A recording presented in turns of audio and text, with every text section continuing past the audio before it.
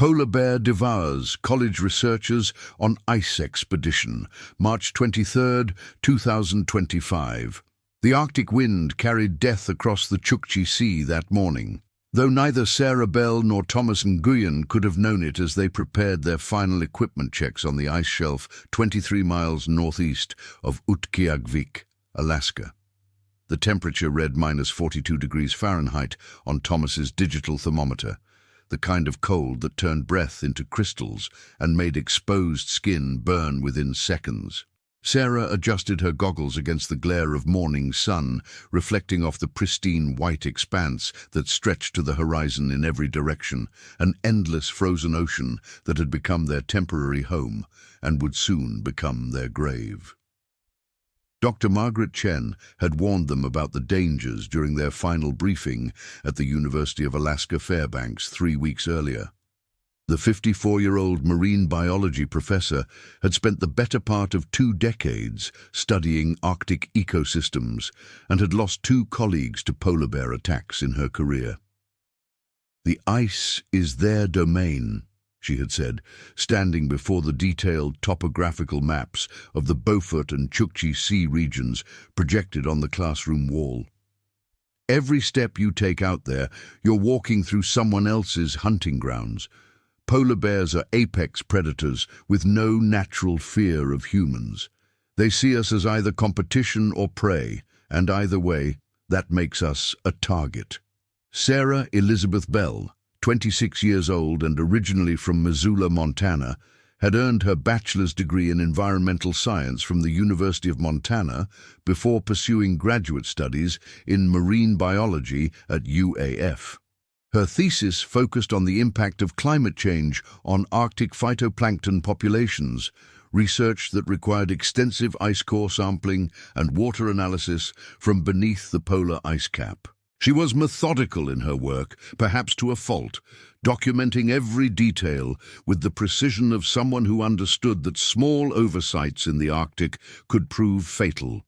Her parents, Robert and Linda Bell, had raised her on a cattle ranch outside Missoula, where she learned early that preparation and attention to detail meant the difference between life and death when dealing with unpredictable animals and harsh weather conditions. Thomas Minh Nguyen, 28 years old, had grown up in suburban Seattle, Washington, the son of Vietnamese immigrants who had built a successful restaurant business in the International District. His path to Arctic research was less conventional than Sarah's. He had initially studied computer engineering at the University of Washington, but found himself increasingly drawn to environmental science during elective courses that explored the intersection of technology and climate research. His graduate work at UAF focused on developing advanced sensor networks for remote environmental monitoring, combining his technical background with his growing passion for understanding climate change impacts. Thomas was naturally optimistic, the kind of person who could find humor in the most challenging situations, though his jokes often masked a deeper anxiety about living up to the expectations he placed on himself.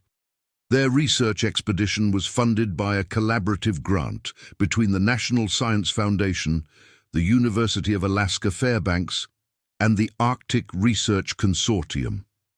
The project, officially titled Integrated Analysis of Arctic Marine Ecosystem Dynamics in Response to Accelerated Sea Ice Loss, represented nearly 3 years of planning and preparation. The total equipment value exceeded $120,000, including specialized ice drilling equipment, underwater remotely operated vehicles, computer systems for data analysis, and an extensive array of sensors designed to operate in extreme cold conditions. The expedition team had originally included 5 researchers. Dr. James Morrison, a 43-year-old oceanographer from Woods Hole Oceanographic Institution, served as the expedition leader. Dr. Elena Vasquez, 39, was a climatologist from the University of Colorado Boulder who specialized in ice core analysis. Dr. Chen had planned to accompany the team as the senior marine biologist, but a family emergency had forced her to remain in Fairbanks. This left Sarah and Thomas as the two junior researchers responsible for the most dangerous phase of the project, establishing the remote ice station that would serve as their base camp for 2 weeks of intensive data collection. The plan had seemed straightforward during the months of preparation. A Twin Otter aircraft would transport the team and equipment to the predetermined coordinates on the ice shelf, approximately 50 miles from the nearest land. The ice thickness measurements taken by satellite indicated a stable platform at least 8 feet thick, more than sufficient to support their temporary research station. They would establish camp, deploy their equipment, and conduct round-the-clock data collection for 14 days before the aircraft returned to evacuate them and their samples. Weather had complicated everything from the beginning. A massive storm system moving across the Arctic Ocean had forced them to delay the initial deployment by 4 days. When conditions finally cleared enough for the flight, Dr. Morrison and Dr. Vasquez had been forced to remain in Utqiagvik due to a mechanical issue with critical equipment that required immediate attention. The window for optimal data collection was narrow due to seasonal changes in ice conditions and wildlife patterns, leaving Sarah and Thomas to proceed alone with modified objectives and emergency protocols. Captain Robert Dutch van der Berg, the pilot of their Twin Otter, was a 62-year-old veteran of Arctic aviation who had been flying supply runs to research stations and remote communities across Alaska for over 30 years. Dutch had seen enough expeditions go wrong that he insisted on multiple layers of safety protocols. Each researcher carried 2 emergency beacons, a satellite phone, and enough emergency rations for 7 days. The aircraft was equipped with emergency shelter materials and cold weather survival gear. Most importantly, Dutch maintained regular radio contact schedules and had predetermined contingency plans for various emergency scenarios. "Listen to me carefully," Dutch had said as they prepared for takeoff from Utqiagvik on the morning of March 21st. "I've seen good people die out there because they got comfortable. The ice looks peaceful, but it's actively trying to kill you every second you're on it. Hypothermia, falls through thin ice, equipment failures and wildlife encounters, any one of those things can end your expedition permanently. Your scheduled pickup is 14 days from now, but I want radio contact every 12 hours without fail. If I don't hear from you at the scheduled time, I assume you're in trouble and initiate emergency procedures immediately." The flight to their research site took 90 minutes through clear skies and calm conditions. From the aircraft, the Arctic landscape appeared as an infinite expanse of white, broken only by the occasional pressure ridge where moving ice had collided and buckled upward into jagged walls of frozen seawater. The coordinates for their research site had been selected based on satellite imagery, showing a large, stable ice flow with easy access to open water leads where they could deploy their underwater equipment. Sarah pressed her face against the small aircraft window as they approached the landing site. "It's beautiful," she said to Thomas over the engine noise, "and terrifying." The ice stretched to the horizon in every direction, an alien landscape that seemed to exist outside the normal boundaries of the Earth she knew. There were no trees, no buildings, no roads, nothing but ice and sky meeting at a perfectly straight line that seemed impossibly distant. Thomas checked his equipment list for the 12th time that morning. The technological component of their research required precise calibration and setup procedures that could not be rushed. His sensor network included underwater temperature and salinity monitors, automated water sampling systems, and data loggers designed to operate autonomously in sub-zero conditions. Each piece of equipment had been tested extensively in laboratory conditions, but the Arctic would provide the ultimate test of their reliability.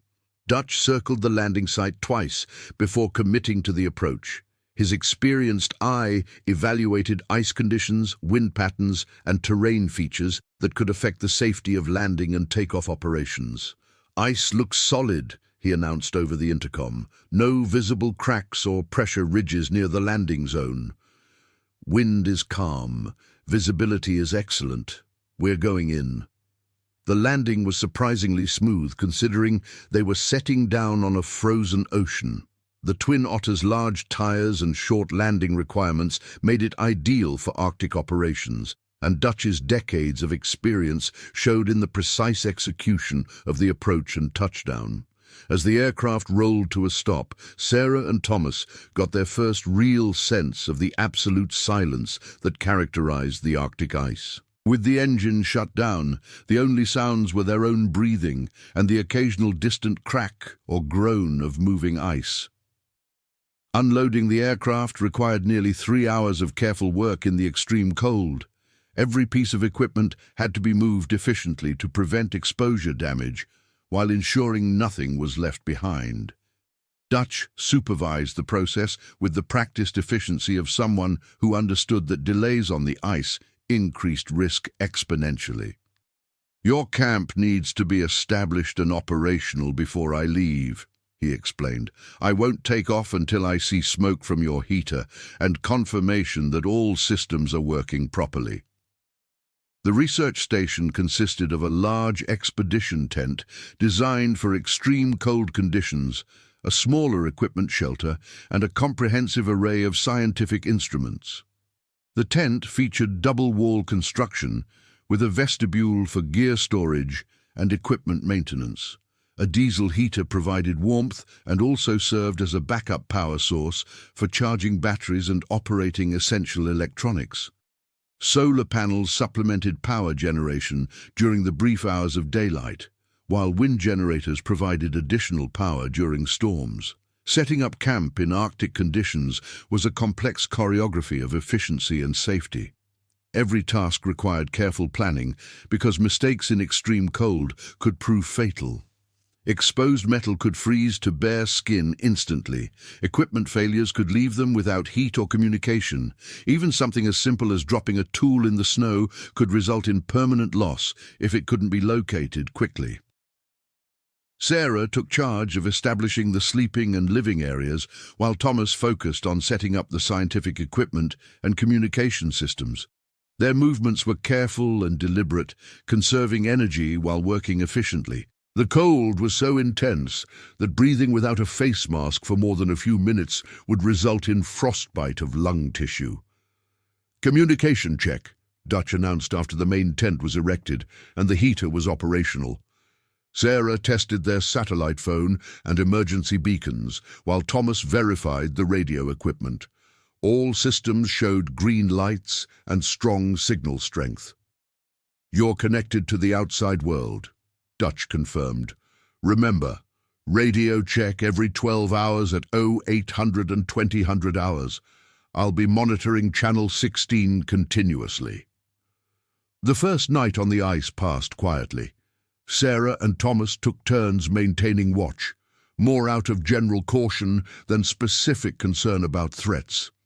The Arctic night was illuminated by stars so bright they cast shadows on the snow, and the aurora borealis painted green and purple curtains across the northern sky.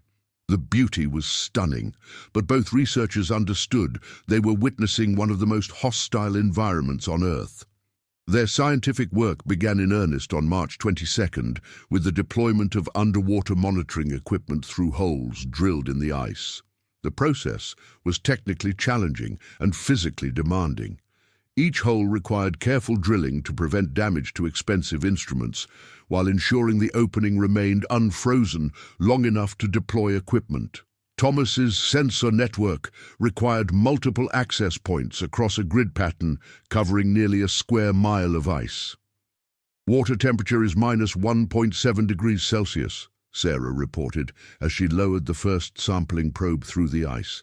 Salinity readings are consistent with expected values for this region and season. The biological activity indicators are showing promising results. We should have excellent data for the phytoplankton analysis." Thomas was simultaneously deploying his automated monitoring systems. The technology represented cutting-edge development in remote environmental sensing, designed to operate autonomously for extended periods while transmitting data via satellite link to the university laboratories. "Network initialization is complete," he announced. All sensors are online and transmitting. Data quality looks excellent so far. The work was exhausting despite their physical conditioning and careful preparation. The combination of extreme cold, reduced oxygen levels, and physical demands of operating in bulky protective clothing meant that every task took longer and required more energy than anticipated. They took frequent breaks in the heated tent, warming themselves and reviewing data while planning the next phase of work. Evening radio contact with Dutch on March 22nd was routine and optimistic. "All systems operational," Sarah reported. "Data collection is proceeding ahead of schedule. Weather conditions remain stable. No issues to report." Dutch acknowledged their status and confirmed favorable weather forecasts for the following day. Neither the pilot nor the researchers had any indication that they were being watched. The polar bear had been tracking their scent since the aircraft landing on March 21st. Male polar bears can detect odors from distances exceeding 20 miles across ice and snow, and the smells of fuel, food, and human activity created a scent trail that led directly to their camp. The bear was a mature adult male, approximately 11 feet long and weighing nearly 1,200 pounds. He had been hunting unsuccessfully for 6 days and was increasingly desperate for food as the changing ice conditions limited his access to seal hunting areas. Polar bears are among the most intelligent predators on Earth, capable of complex problem-solving and strategic hunting behaviors.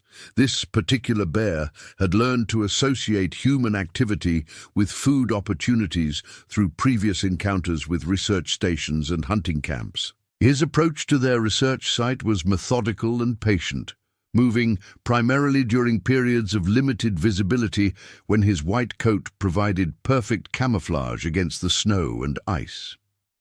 The bear's hunting strategy involved a careful reconnaissance of the camp during the early morning hours of March 23rd.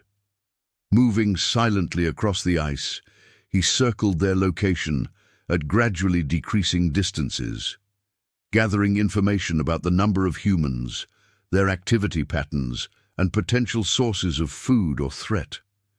His natural curiosity about the unusual equipment and structures was balanced by an instinctive caution developed through years of survival in an environment where a single mistake could prove fatal. Sarah woke at 05:30 hours on March 23rd with an undefined sense of unease. Something had disturbed her sleep, though she couldn't identify the specific sound or sensation.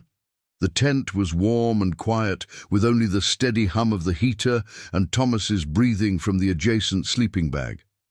Through the tent wall, she could hear the wind moving across the ice, a constant whisper that had become the soundtrack to their Arctic experience. Thomas was already stirring when Sarah unzipped her sleeping bag.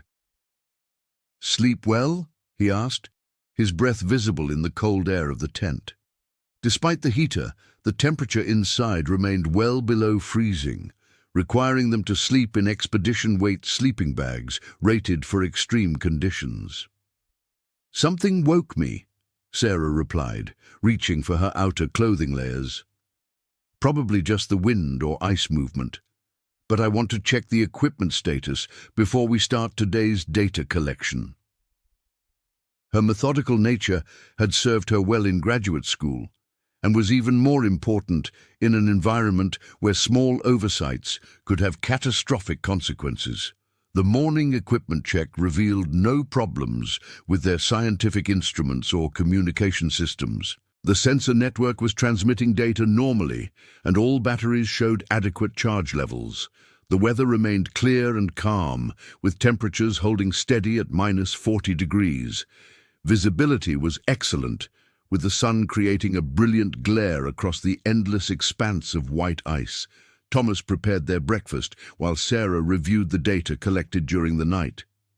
"The underwater sensors are picking up some interesting biological activity," she announced. "There appears to be a significant plankton bloom in progress, which could provide excellent samples for analysis. I'd like to deploy additional collection equipment today if conditions remain favorable." Their breakfast conversation was interrupted by what sounded like ice movement in the distance.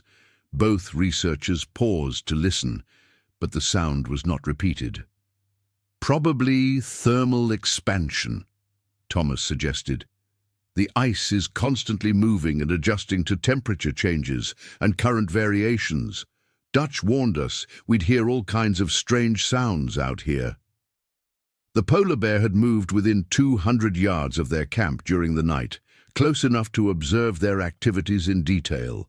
From his position behind a pressure ridge, he could see the humans moving around their strange structures and could smell the complex mixture of odors that indicated food, fuel, and other potentially useful items. His patience was characteristic of polar bear hunting behavior. They are capable of waiting motionless for hours near sealed breathing holes, and this same patience served him well in approaching human prey. At 0800 hours, Sarah made their scheduled radio contact with Dutch. Utqiagvik base, this is Ice Station Alpha. Morning status report. The radio crackled with static from atmospheric interference, but Dutch's response was clear and reassuring. "Ice Station Alpha, this is Utqiagvik base. Good morning, Sarah. How did you sleep on your second night out there?" Dutch's voice carried the easy confidence of someone who had shepherded dozens of research expeditions through Arctic operations. "Sleep was good, Dutch. All equipment operational. Weather conditions excellent. We're planning to expand our data collection grid today with additional sampling points. No issues to report." Sarah's voice reflected her growing confidence in their ability to handle the challenges of Arctic research. "Copy that, Ice Station Alpha. Weather forecast shows continued clear conditions through tomorrow, then possible snow beginning Wednesday. Barometric pressure is stable. I'll be standing by for your evening check at 2000 hours." Dutch's professional competence was reassuring, even across the vast distance separating them from the nearest human habitation. Thomas was already preparing equipment for the day's expanded sampling operations when Sarah finished the radio contact. Their plan called for drilling additional access holes at precisely measured intervals across their study area, then deploying a grid of sensors that would provide three-dimensional data about water conditions beneath the ice.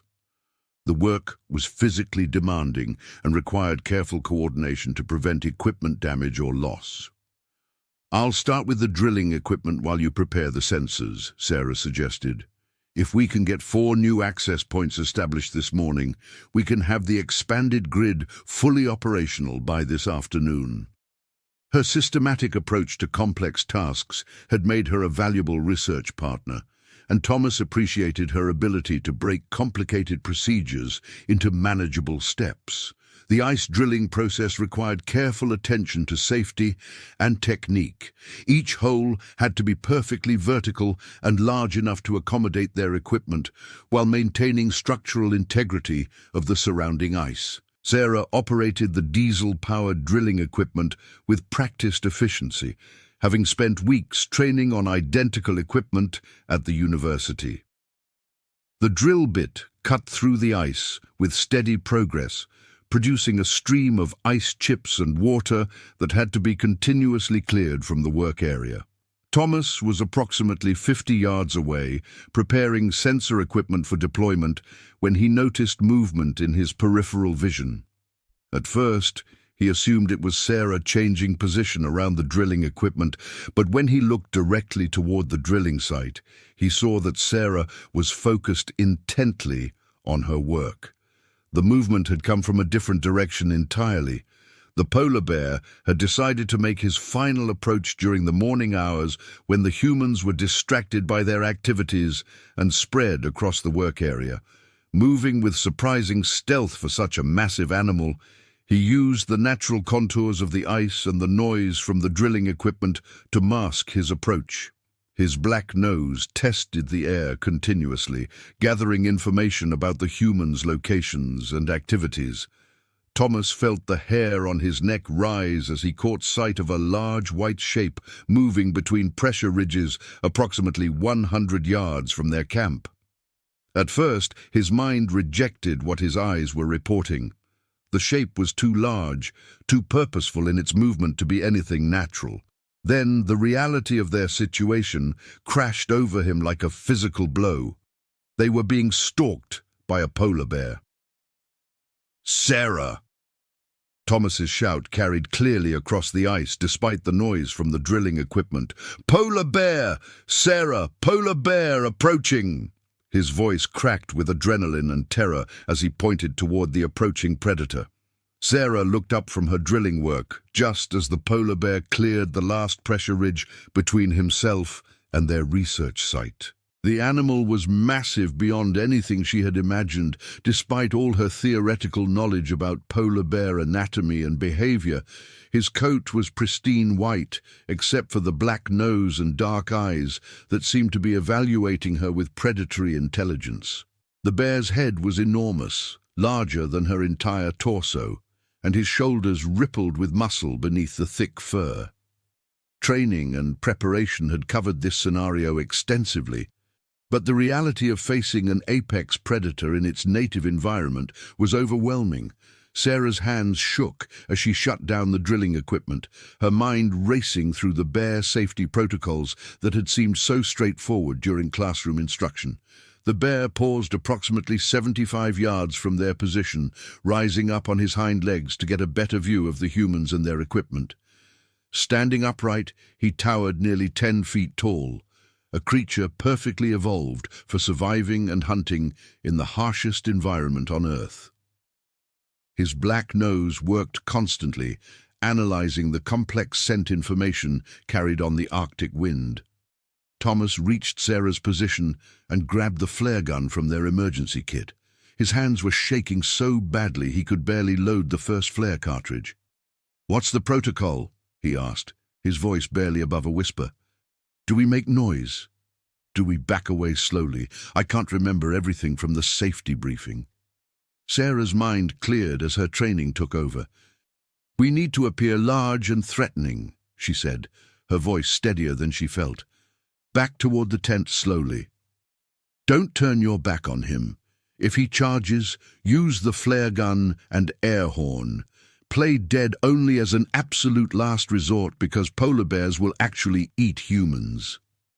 The bear dropped back to all fours and began moving toward them with deliberate steps. His movement was fluid and confident, the walk of a predator that had never known fear of any other creature. Each step brought nearly 1,200 pounds of muscle, teeth and claws closer to their position. Thomas fired the first flare when the bear reached the 50-yard mark. The brilliant red light and cloud of smoke should have been enough to deter most wildlife, but the polar bear barely paused. If anything, the flare seemed to increase his interest in the humans, perhaps associating the bright light and smoke with potential food sources. "It's not working," Thomas said, loading a second flare. "He's not afraid of us at all." The bear continued his approach, now within 40 yards of their position. At this distance, they could see the predatory focus in his dark eyes and the powerful muscles moving beneath his coat with each step. Sarah activated the air horn, filling the Arctic silence with a piercing blast of sound that echoed off the ice in all directions. The bear paused briefly, tilting his massive head as he evaluated this new stimulus. Then he resumed his approach, apparently deciding that the noise represented no significant threat. "The tent," Sarah said urgently. "We need to get to the tent and try to radio for help." They began backing toward their camp while facing the approaching bear, moving as quickly as they dared without triggering a charge response. Every step seemed to take an eternity while the bear continued to close the distance between them. The polar bear's behavior was characteristic of a predatory stalk rather than a defensive reaction to perceived threat. He was not trying to drive them away from cubs or a food source. He was actively hunting them. His movements were controlled and strategic, cutting off their retreat angles while maintaining optimal distance for a charge. Thomas fired the second flare when they reached the 20-yard mark. This time the bear showed more reaction, pausing and shaking his head as the smoke and sparks scattered around him. But the deterrent effect was minimal and temporary. Within seconds, he resumed his approach with increased determination. They reached their tent with the bear approximately 20 yards behind them. Sarah dove through the entrance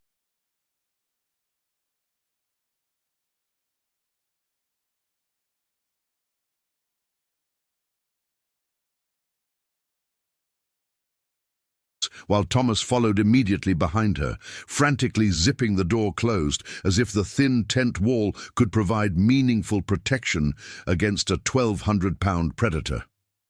"Radio," Sarah gasped, reaching for their satellite phone. "Emergency frequency." Her hands shook as she powered up the device and searched for signal strength. The phone showed full satellite connectivity, their technological lifeline to the outside world that seemed impossibly distant. "Mayday, mayday, mayday," Sarah broadcast on the emergency frequency. "This is Ice Station Alpha, coordinates 71 degrees north, 156 degrees west. We have a polar bear attack in progress. 2 researchers trapped in tent, requesting immediate emergency assistance." The response was immediate but devastating. "Ice Station Alpha, this is Coast Guard Rescue Coordination Center, Anchorage. We copy your mayday. Be advised closest rescue assets are minimum 4 hours flight time from your position. Weather conditions are marginal for helicopter operations. Can you reach secure shelter?" "Negative on secure shelter," Thomas responded, taking the phone from Sarah. "We're in an expedition tent. The bear is circling our position. He's not responding to deterrence. We need help now." Even as he spoke, they could hear the bear moving around their tent, investigating their equipment and shelter with obvious intelligence and curiosity. The tent wall bulged inward as the bear pressed against it with his nose, testing the strength and nature of this strange barrier. The thin fabric represented no obstacle for an animal capable of breaking through several feet of solid ice to reach seal dens. Sarah and Thomas huddled together in the center of the tent, as far as possible from the walls, clutching their remaining emergency equipment. "Ice Station Alpha, Coast Guard RCC. We are launching emergency response assets immediately. Maintain radio contact if possible. Do you have additional deterrent devices?" The Coast Guard coordinator's voice was professional, but carried the tension of someone who understood the gravity of their situation. "We have 1 flare gun with 3 rounds remaining," Thomas reported. "1 air horn with partial charge, no firearms. The bear is not responding to our deterrent attempts." Outside the tent, they could hear the bear's claws scraping against ice as he investigated their equipment cache. The sound of ripping fabric announced the failure of their shelter. The polar bear's curiosity had led him to test the tent wall with his claws, and the expedition weight fabric offered no resistance to weapons evolved for breaking through ice and seal hide. A massive paw appeared through the tear, followed by the bear's enormous head as he pushed his way into their tent. Sarah screamed as she came face to face with the apex predator, close enough to smell the fish and seal oil on his breath. The bear's dark eyes seemed to evaluate her with intelligent calculation, weighing his options for dealing with these strange, loud creatures that had invaded his territory. Thomas fired the 3rd flare directly at the bear's face from a distance of less than 6 feet. The flare struck the animal in the shoulder and exploded in a shower of sparks and smoke. The bear roared in surprise and pain, backing out of the tent entrance and shaking his head violently. For a moment, Sarah and Thomas thought their desperate defense had succeeded. The reprieve lasted less than 30 seconds. The bear's roar of surprise and pain transformed into a sound of rage that seemed to come from the depths of the earth itself. Where the previous behavior had been curious investigation, now the bear was committed to eliminating these creatures that had caused him pain and presented a challenge to his dominance. The polar bear charged with the explosive power that made him the apex predator of the Arctic.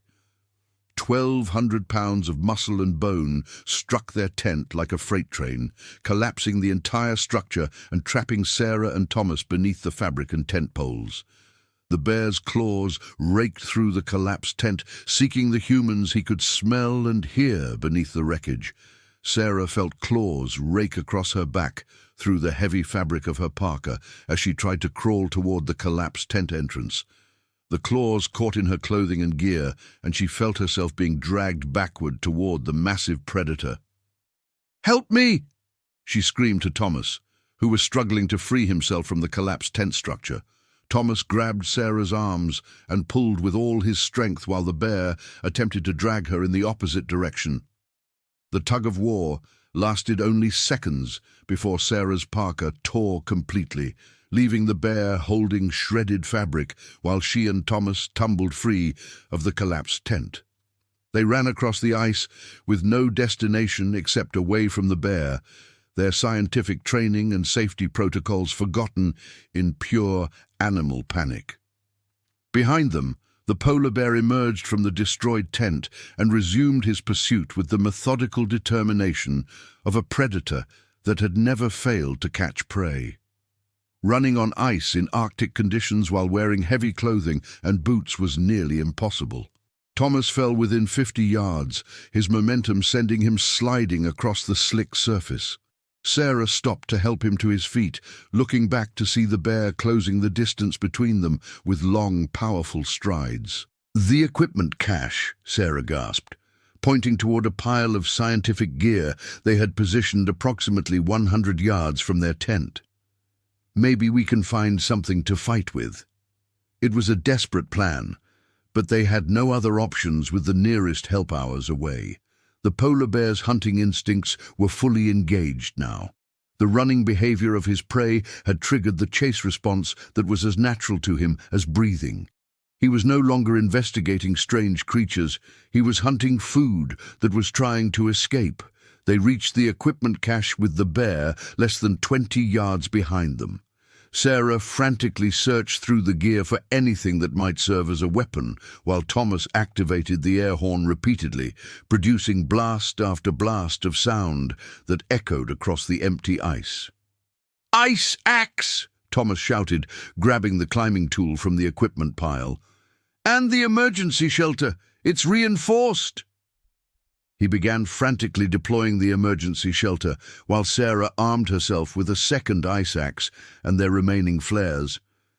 The emergency shelter was designed for exactly this type of survival situation, a rigid structure that could be deployed rapidly to provide protection from weather and wildlife. But it was intended to deter curious animals, not stop a determined polar bear attack. The bear reached their position just as Thomas secured the emergency shelter's entrance.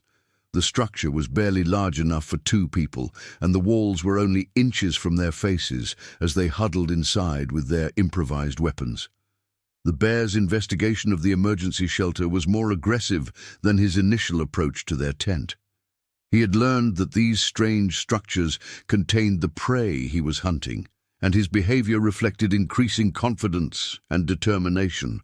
The shelter shook as he pushed against it with his full weight. Coast Guard, this is Ice Station Alpha," Sarah broadcast desperately on their handheld radio.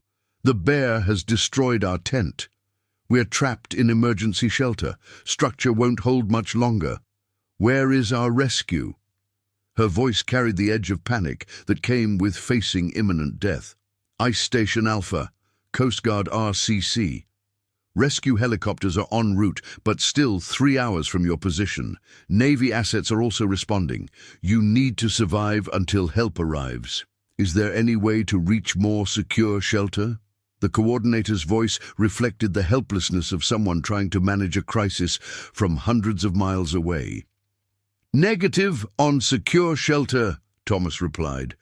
"We're in the emergency shelter with ice axes as weapons. The bear is trying to break in. I don't think this structure will hold."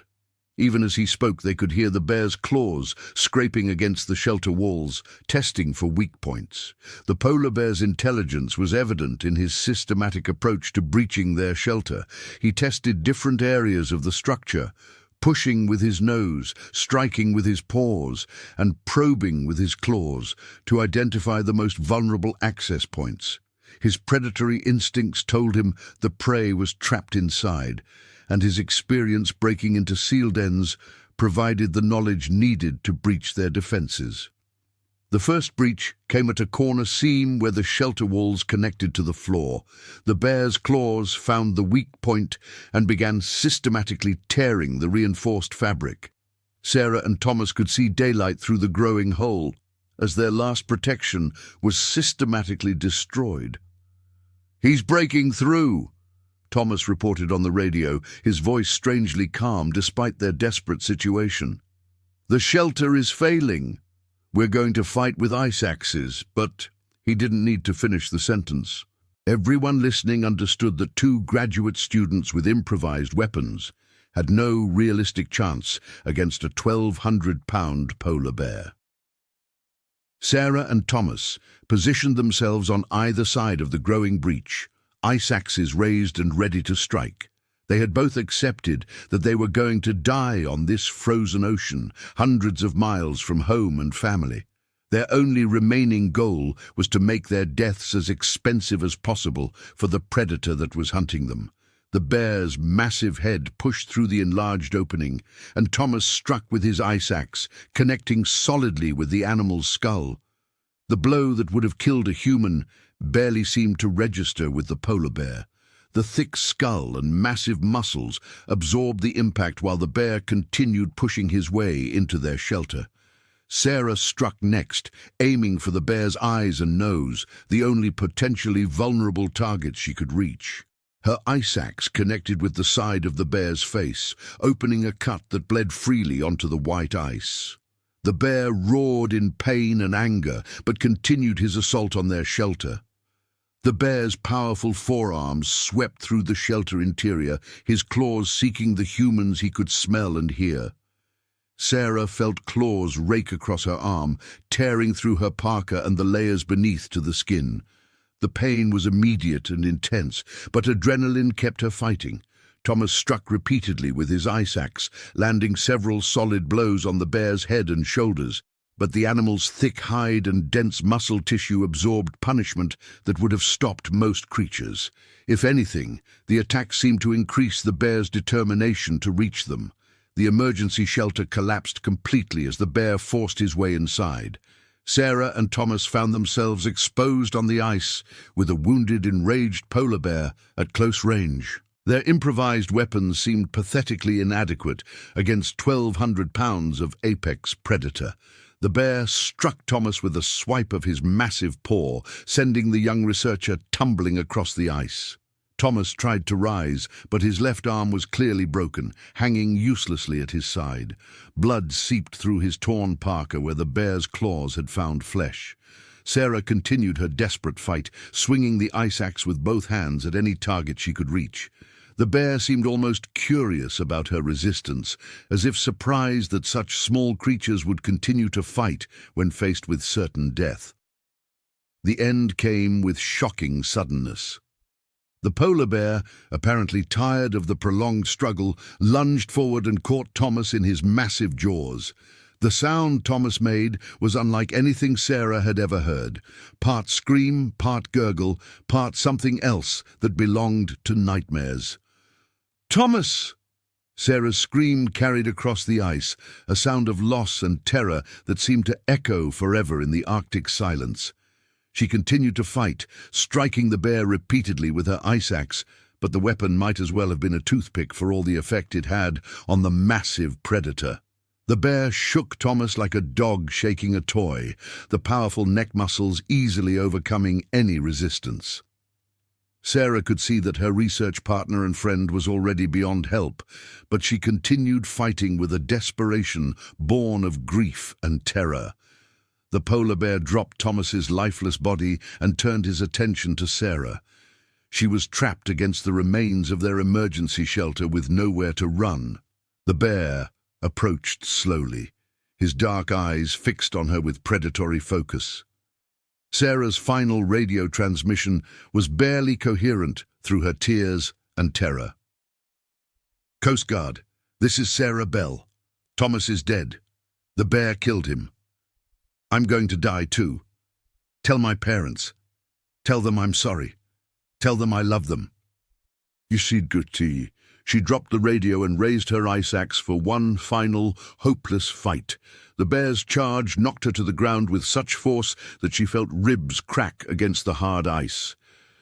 The ice axe flew from her hands, spinning away across the frozen surface. The bear's weight pressed down on her, 1,200 pounds of muscle and bone that made breathing nearly impossible. Sarah's last conscious memory was looking up into the bear's dark eyes, seeing an intelligence that was alien but unmistakably real. There was no malice in those eyes, no hatred or anger, just the calm focus of a predator doing what evolution had designed him to do. The Coast Guard helicopter arrived 3 hours and 17 minutes after Sarah's final transmission, exactly as promised. The pilot, Captain Jennifer Walsh, had flown Arctic rescues for 15 years and had seen the aftermath of polar bear attacks before. Nothing had prepared her for the scene that awaited them at Ice Station Alpha. The research site looked like a war zone. Equipment was scattered across hundreds of yards of ice, much of it damaged beyond recognition. The tent and emergency shelter were completely destroyed, the reinforced fabric shredded into ribbons by powerful claws. Dark stains on the white ice told a story that needed no interpretation.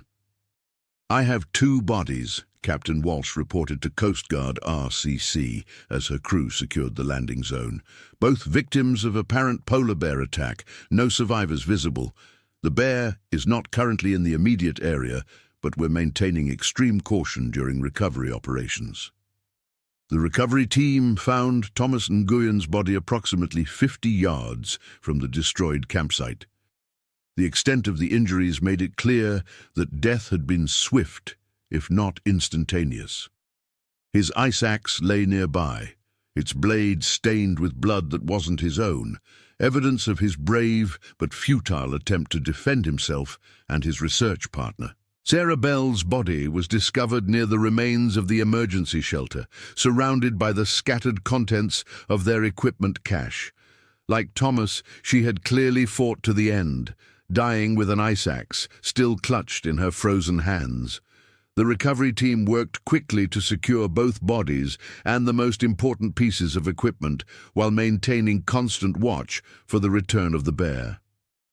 Evidence suggests both victims attempted to fight off the attack, Chief Petty Officer Marcus Rodriguez reported as he supervised the body recovery. They followed proper protocols initially, attempted deterrence, sought shelter, maintained radio contact. But polar bear attacks are frequently unsurvivable, regardless of preparation or training. The helicopter departed the scene 43 minutes after landing, carrying the remains of 2 young researchers whose lives had ended in pursuit of scientific knowledge. Behind them, they left scattered equipment worth over $100,000 and a research site that would forever be marked by tragedy. Dr. Margaret Chen received notification of the attack while teaching her afternoon marine biology class at the University of Alaska Fairbanks. The call came from Dr. Morrison, who had been monitoring radio transmissions from the Coast Guard Coordination Center.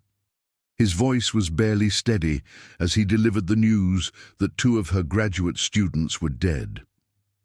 "Sarah and Thomas were killed by a polar bear this morning," Dr. Morrison said without preamble. "Coast Guard recovered their bodies this afternoon. I'm sorry, Margaret. I know you felt responsible for them being out there alone." Dr. Chen dismissed her class and locked her office door before allowing herself to grieve. Sarah and Thomas had been among her most promising students, young researchers with the passion and dedication needed for Arctic science. Their deaths represented not just personal loss, but a blow to the future of environmental research in one of the world's most critical ecosystems. Robert and Linda Bell received notification of their daughter's death at their ranch outside Missoula, Montana. The call came from university officials who had drawn the terrible duty of informing next of kin. Linda collapsed when she heard the words "polar bear attack," while Robert stood in stunned silence, unable to process that his methodical, careful daughter had died in such a violent manner. "Sarah always said the Arctic was dangerous," Linda whispered through her tears. "But she loved the work so much. She said it was important for understanding how the world is changing. The knowledge that their daughter had died pursuing research that might help combat climate change provided little comfort against the magnitude of their loss." Thomas Nguyen's parents, Min and Lin, received similar notification at their restaurant in Seattle's International District.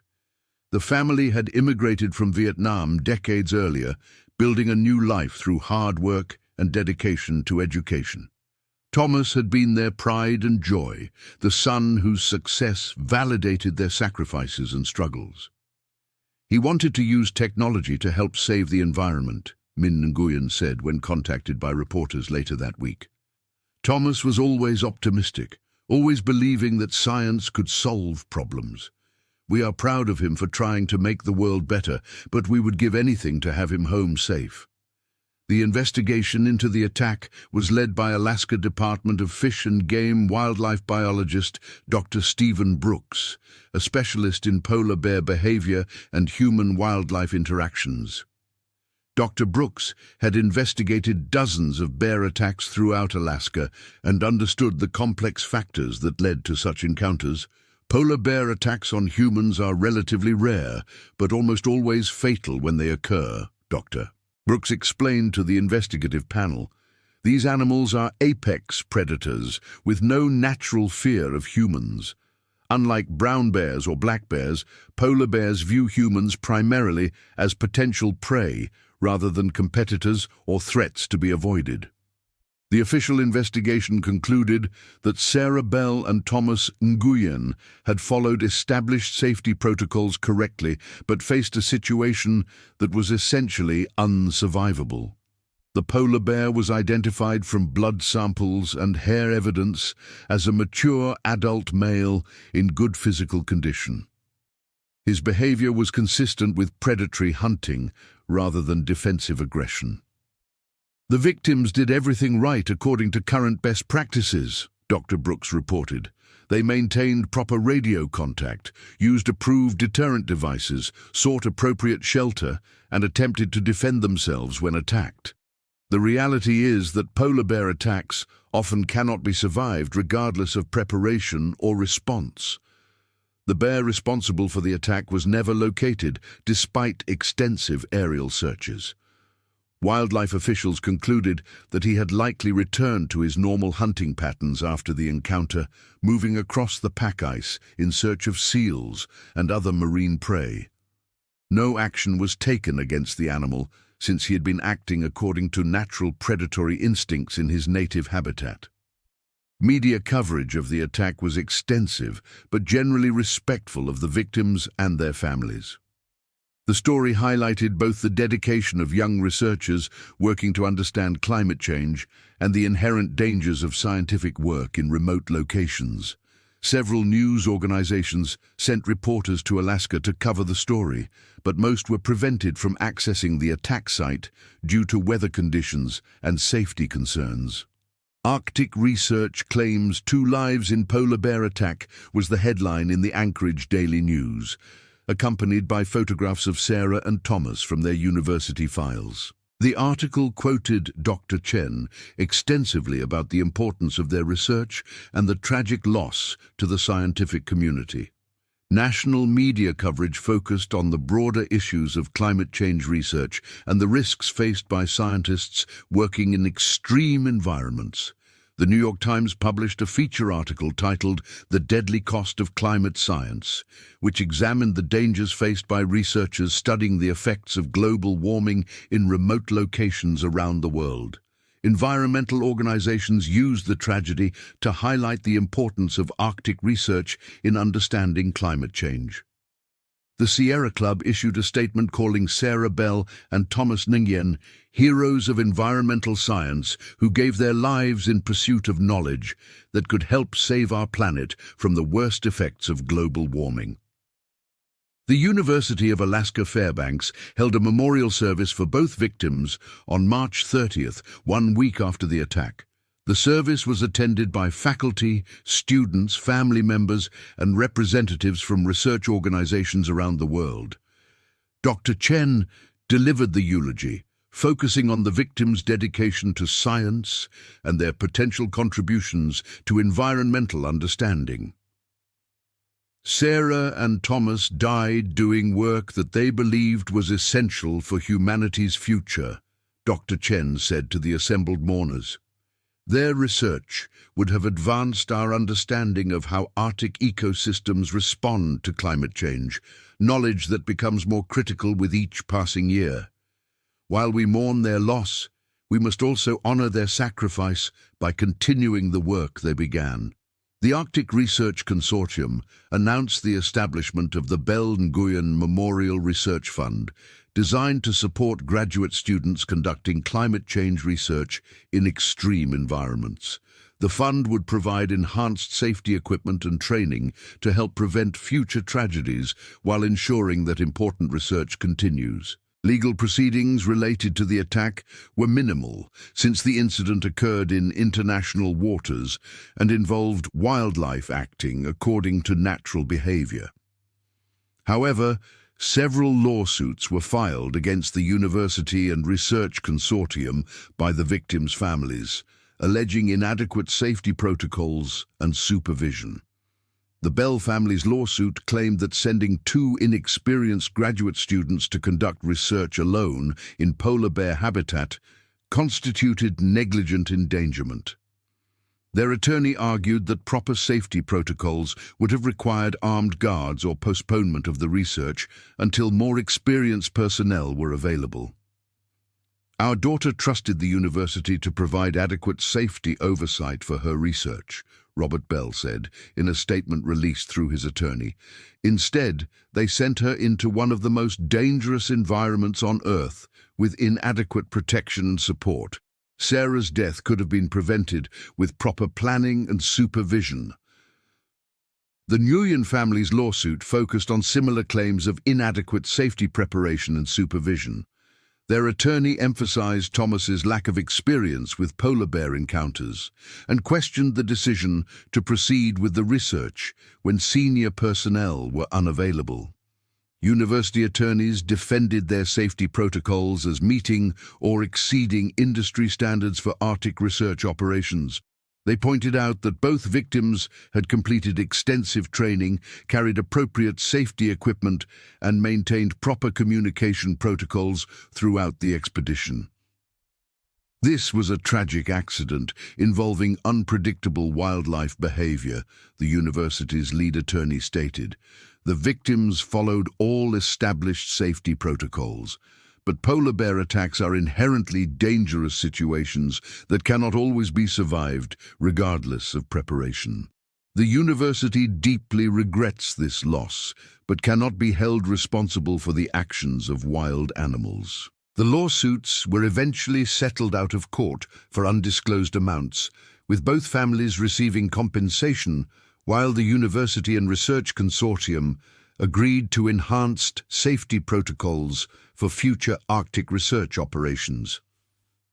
Dr. James Morrison, who was supposed to have accompanied Sarah and Thomas on the expedition, struggled with survivors' guilt and responsibility for the tragedy. He had remained in Utqiagvik due to equipment issues, a decision that possibly saved his life while leaving his students to face the bear attack alone.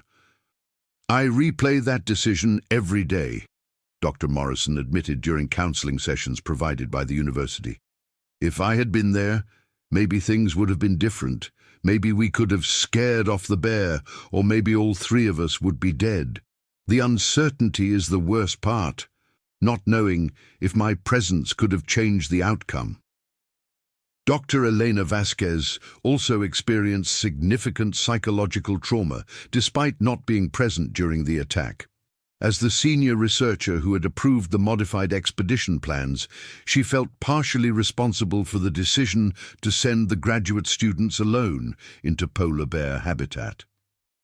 "We knew the risks," Dr. Vasquez said during a university inquiry into the incident. "We had extensive discussions about safety protocols and contingency plans, but knowing the risks intellectually and facing the reality of a polar bear attack are completely different things. I keep wondering if we should have postponed the research rather than proceeding with reduced personnel." Dutch van der Berg, the pilot who had transported Sarah and Thomas to their final research site, was perhaps the most affected by the tragedy. He had been the last person to see them alive and had maintained radio contact throughout the expedition until the morning of the attack.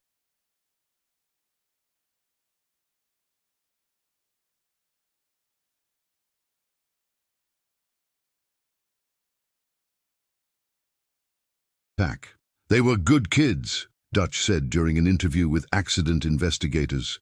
"Professional, well-prepared, following all the safety protocols. Sarah was methodical and careful about everything. Thomas was always joking around, but he took the work seriously. I keep thinking about our last radio contact. They were excited about their data collection, looking forward to completing their research. 20 minutes later, they were fighting for their lives." The psychological impact extended beyond the immediate participants to the broader Arctic research community. Graduate students across North America began questioning whether the potential benefits of field research justified the risks to human life. Several planned expeditions were postponed or cancelled as universities reviewed their safety protocols and insurance coverage. The University of Alaska Fairbanks implemented sweeping changes to their Arctic research safety requirements in response to the Belle Nguyen tragedy. New protocols required a minimum of 3 researchers for any expedition into polar bear habitat, with at least one team member having prior Arctic experience and weapons training. "We cannot eliminate all risks from Arctic research," explained Dr. Patricia Williams, the university's new Director of Research Safety, "but we can and must do everything possible to minimize those risks and ensure our researchers have the best possible chance of returning home safely. The loss of Sarah and Thomas has taught us that our previous protocols, while meeting industry standards, were not adequate for the extreme conditions and predatory wildlife encountered in Arctic environments." Equipment requirements were also enhanced, with mandatory inclusion of high-powered rifles, additional emergency shelters, and satellite emergency beacons with faster response capabilities. Communication protocols were changed to require check-ins every 6 hours rather than every 12 hours, providing faster notification of potential problems. Training requirements were expanded to include extensive polar bear encounter simulations, advanced wilderness first aid certification, and mandatory psychological evaluation to ensure researchers could handle the stress of working in extreme isolation. The changes doubled the cost of Arctic research expeditions, but were deemed necessary to prevent future tragedies. The investigation report, released 6 months after the attack, provided a detailed timeline of events and comprehensive analysis of the factors that contributed to the tragedy. The report praised Sarah and Thomas for their professional conduct and adherence to safety protocols, while identifying systemic issues that increase the risk of fatal encounters. The victims displayed exemplary professionalism and courage throughout the encounter, the report concluded. Their actions were consistent with established best practices for polar bear encounters. However, current protocols are based on limited data about polar bear behavior toward humans and may be inadequate for encounters with large, aggressive males in hunting mode. The report recommended significant changes to Arctic research protocols, including requirements for armed personnel, enhanced shelter systems, and faster emergency response capabilities. The investigators noted that polar bear encounters were likely to increase as climate change altered Arctic ecosystems and brought humans and bears into more frequent contact. 1 year after the attack, the Memorial Research Station established at the University of Alaska Fairbanks was formally dedicated in honor of Sarah Bell and Thomas Nguyen. The facility included advanced laboratory equipment, a comprehensive Arctic safety training center, and a memorial wall listing the names of researchers who had died in pursuit of scientific knowledge. Dr. Margaret Chen, who had decided to continue Arctic research despite the loss of her students, spoke at the dedication ceremony about the importance of continuing work that Sarah and Thomas had considered vital to understanding climate change. They believed that Arctic research was essential for humanity's future, Dr. Chen said to the assembled crowd. Sarah often said that we had to understand how the Arctic was changing if we hoped to address climate change effectively. Thomas believed that technology could provide solutions to environmental problems, but only if we had the courage to gather the data needed to understand those problems. The families of both victims attended the dedication ceremony, finding some comfort in knowing that their children's deaths had led to improved safety protocols that might prevent future tragedies. Linda Bell placed flowers at the memorial wall, while Min Nguyen spoke about his son's dedication to environmental research. Thomas would want his death to have meaning, Min Nguyen said during the ceremony.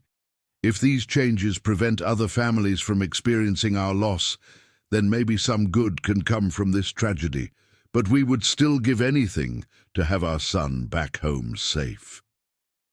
5 years after the Bell Nguyen attack, Arctic research protocols had been revolutionized across North America and Europe.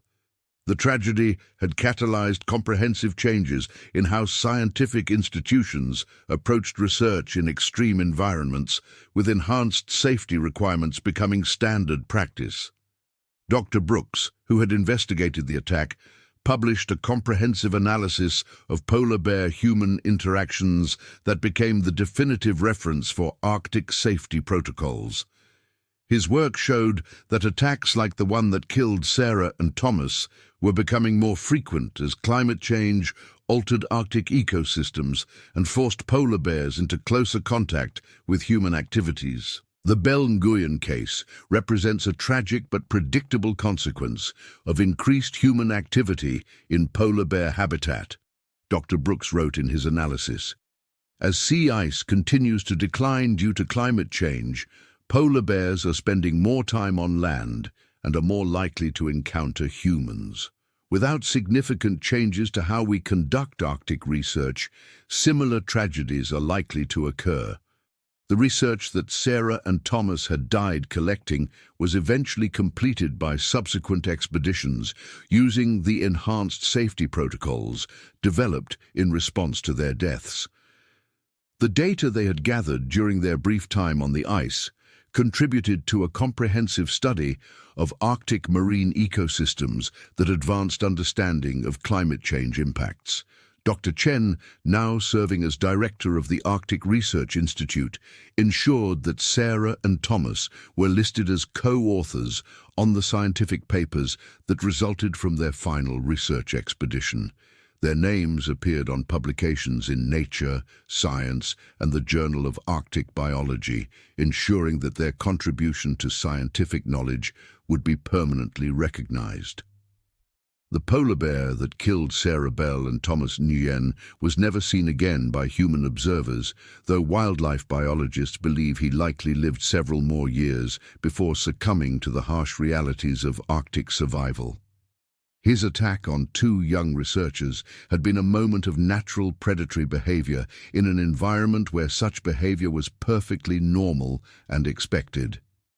The tragedy served as a stark reminder that scientific research often requires researchers to venture into environments where humans are not the dominant species, where the rules of civilization do not apply, and where a single mistake or moment of bad luck can prove fatal. Sarah and Thomas had accepted these risks because they believed their work was important for humanity's future.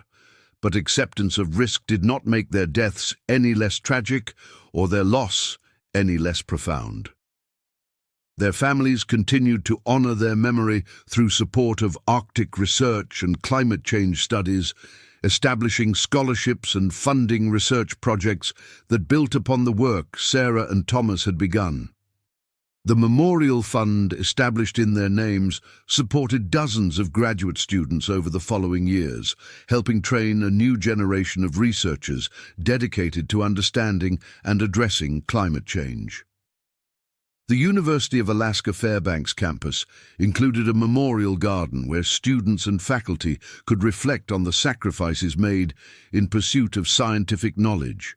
The garden featured plants native to both Montana and Washington, representing the homes Sarah and Thomas had left behind to pursue their dreams of contributing to environmental science. Dr. Morrison eventually returned to Arctic research, though he never again led expeditions into polar bear habitat without comprehensive safety support. His experience with the Belle Nguyen tragedy made him a leading advocate for enhanced research safety protocols and improved training for scientists working in extreme environments. Dutch van der Berg continued flying research support missions throughout Alaska until his retirement, carrying the memory of Sarah and Thomas on every flight. He never forgot their enthusiasm and professionalism, or the terrible knowledge that he had been the last person to speak with them before their final encounter with the apex predator of the Arctic. The attack occurred on March 23, 2025, but its impact continued to resonate throughout the scientific community for years afterward. Every researcher who ventured into polar bear habitat carried enhanced safety equipment and followed protocols developed in response to the tragedy that claimed 2 young lives in pursuit of knowledge that might help save the world from the worst effects of climate change. Sarah Bell and Thomas Nguyen had died doing work they believed was essential for humanity's future, studying ecosystems that were disappearing due to human activity and climate change. Their deaths served as a permanent reminder of the price sometimes paid for scientific knowledge and the courage required to pursue research in the world's most dangerous places. In the end, their legacy was not just the research data they had collected or the safety improvements their deaths had inspired, but the example they had set of young people willing to risk everything in pursuit of knowledge that might benefit all humanity. They had died as they had lived, dedicated to science, committed to understanding the natural world, and determined to contribute to humanity's knowledge of the changing planet they all shared. The Arctic ice where they died continued to move and shift with the seasons, carrying no permanent record of the tragedy that had occurred there. But in laboratories and classrooms around the world, their work continued through the research of others who had been inspired by their dedication and motivated by their sacrifice to continue the vital work of understanding climate change and its impacts on the world's most fragile ecosystems. Their names were carved in stone on memorial walls and printed in scientific journals, but their real monument was the enhanced safety protocols that protected future researchers and the continued study of Arctic ecosystems that they had given their lives to understand. In death, Sarah Bell and Thomas Nguyen had achieved a form of immortality through the lasting impact of their dedication to science and their unwilling contribution to the safety of those who would follow in their footsteps. The polar bear that ended their lives had acted according to instincts shaped by millions of years of evolution, following behaviors that had allowed his species to thrive in one of the world's harshest environments. There was no malice in his actions, no understanding of the human cost of his predatory behavior. He had simply been what evolution had made him, an apex predator perfectly adapted for survival in the Arctic, where the rules of human civilization held no meaning and the only law was the ancient imperative of survival. In the vast expanse of Arctic ice, where 2 young researchers had died pursuing knowledge, the eternal cycle of life and death continued as it had for millennia. The bear had moved on to other hunting grounds. The ice continued its endless drift across the polar sea, and the harsh beauty of the Arctic remained unchanged by the brief human drama that had played out on its frozen stage.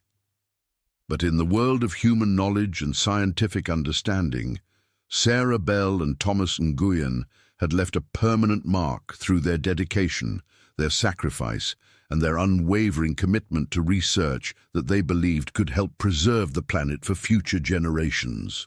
Their story became part of the larger narrative of scientific exploration, joining the ranks of researchers throughout history who had given their lives in pursuit of knowledge that advanced human understanding of the natural world. The attack that ended their lives in just a few terrible minutes had been preceded by years of preparation, months of planning, and days of careful scientific work. Their deaths were sudden and violent, but their lives had been dedicated to the patient, methodical pursuit of knowledge that represents humanity's highest aspirations for understanding and protecting the natural world. In death, they had achieved a form of immortality that many live entire lifetimes seeking, their names permanently associated with important scientific research, their sacrifice remembered and honored by colleagues around the world, and their contribution to human knowledge ensured through the work of others who would continue the research they had begun. The ice where they died would eventually melt and become part of the ocean they had studied. But their legacy would endure in the safety protocols that protected other researchers, the scientific papers that bore their names, and the memories of all who had known them as dedicated young scientists committed to understanding and preserving the natural world they loved enough to die for. Their final radio transmissions, preserved in Coast Guard recordings, served as testimony to their courage and professionalism, even in the face of certain death. Sarah's last words to her parents were a message of love that transcended the terror of her situation, while Thomas's calm reporting of their desperate circumstances demonstrated the scientific dedication that had defined both their lives and their deaths.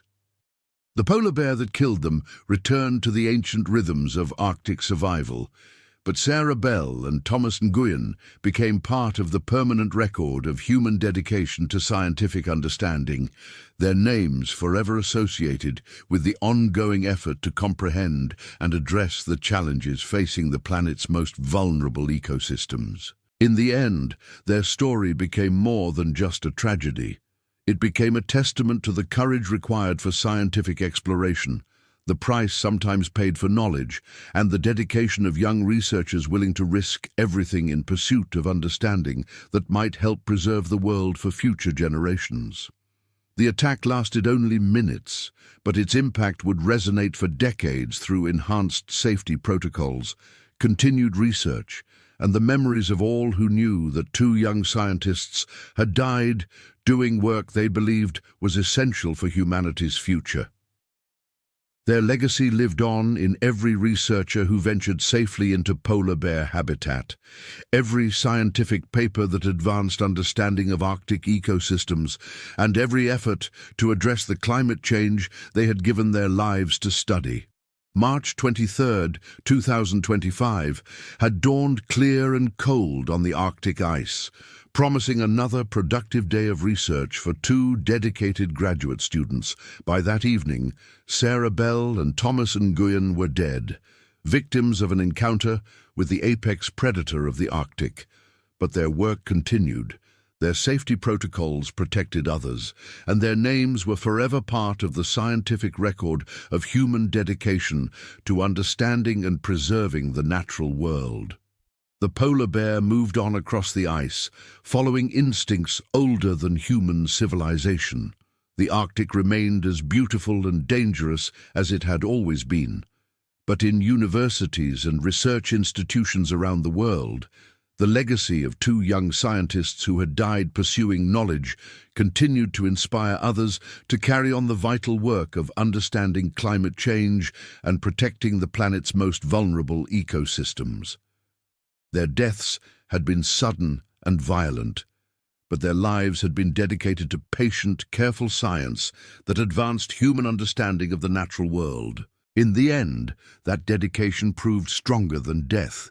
ensuring that Sarah Bell and Thomas Nguyen would be remembered not just as victims of a polar bear attack, but as scientists who had given their lives in pursuit of knowledge that might help save the world they had loved enough to die for.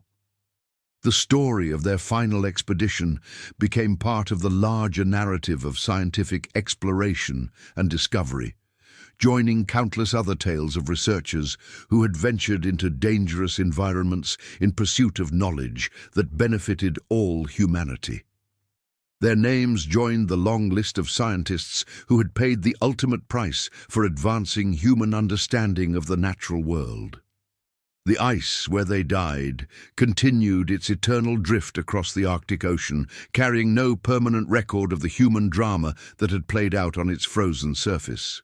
But in the permanent record of human scientific achievement, Sarah Bell and Thomas Nguyen had earned their place among the dedicated researchers whose sacrifice advanced knowledge and inspired others to continue the vital work of understanding and protecting the planet's most fragile and important ecosystems.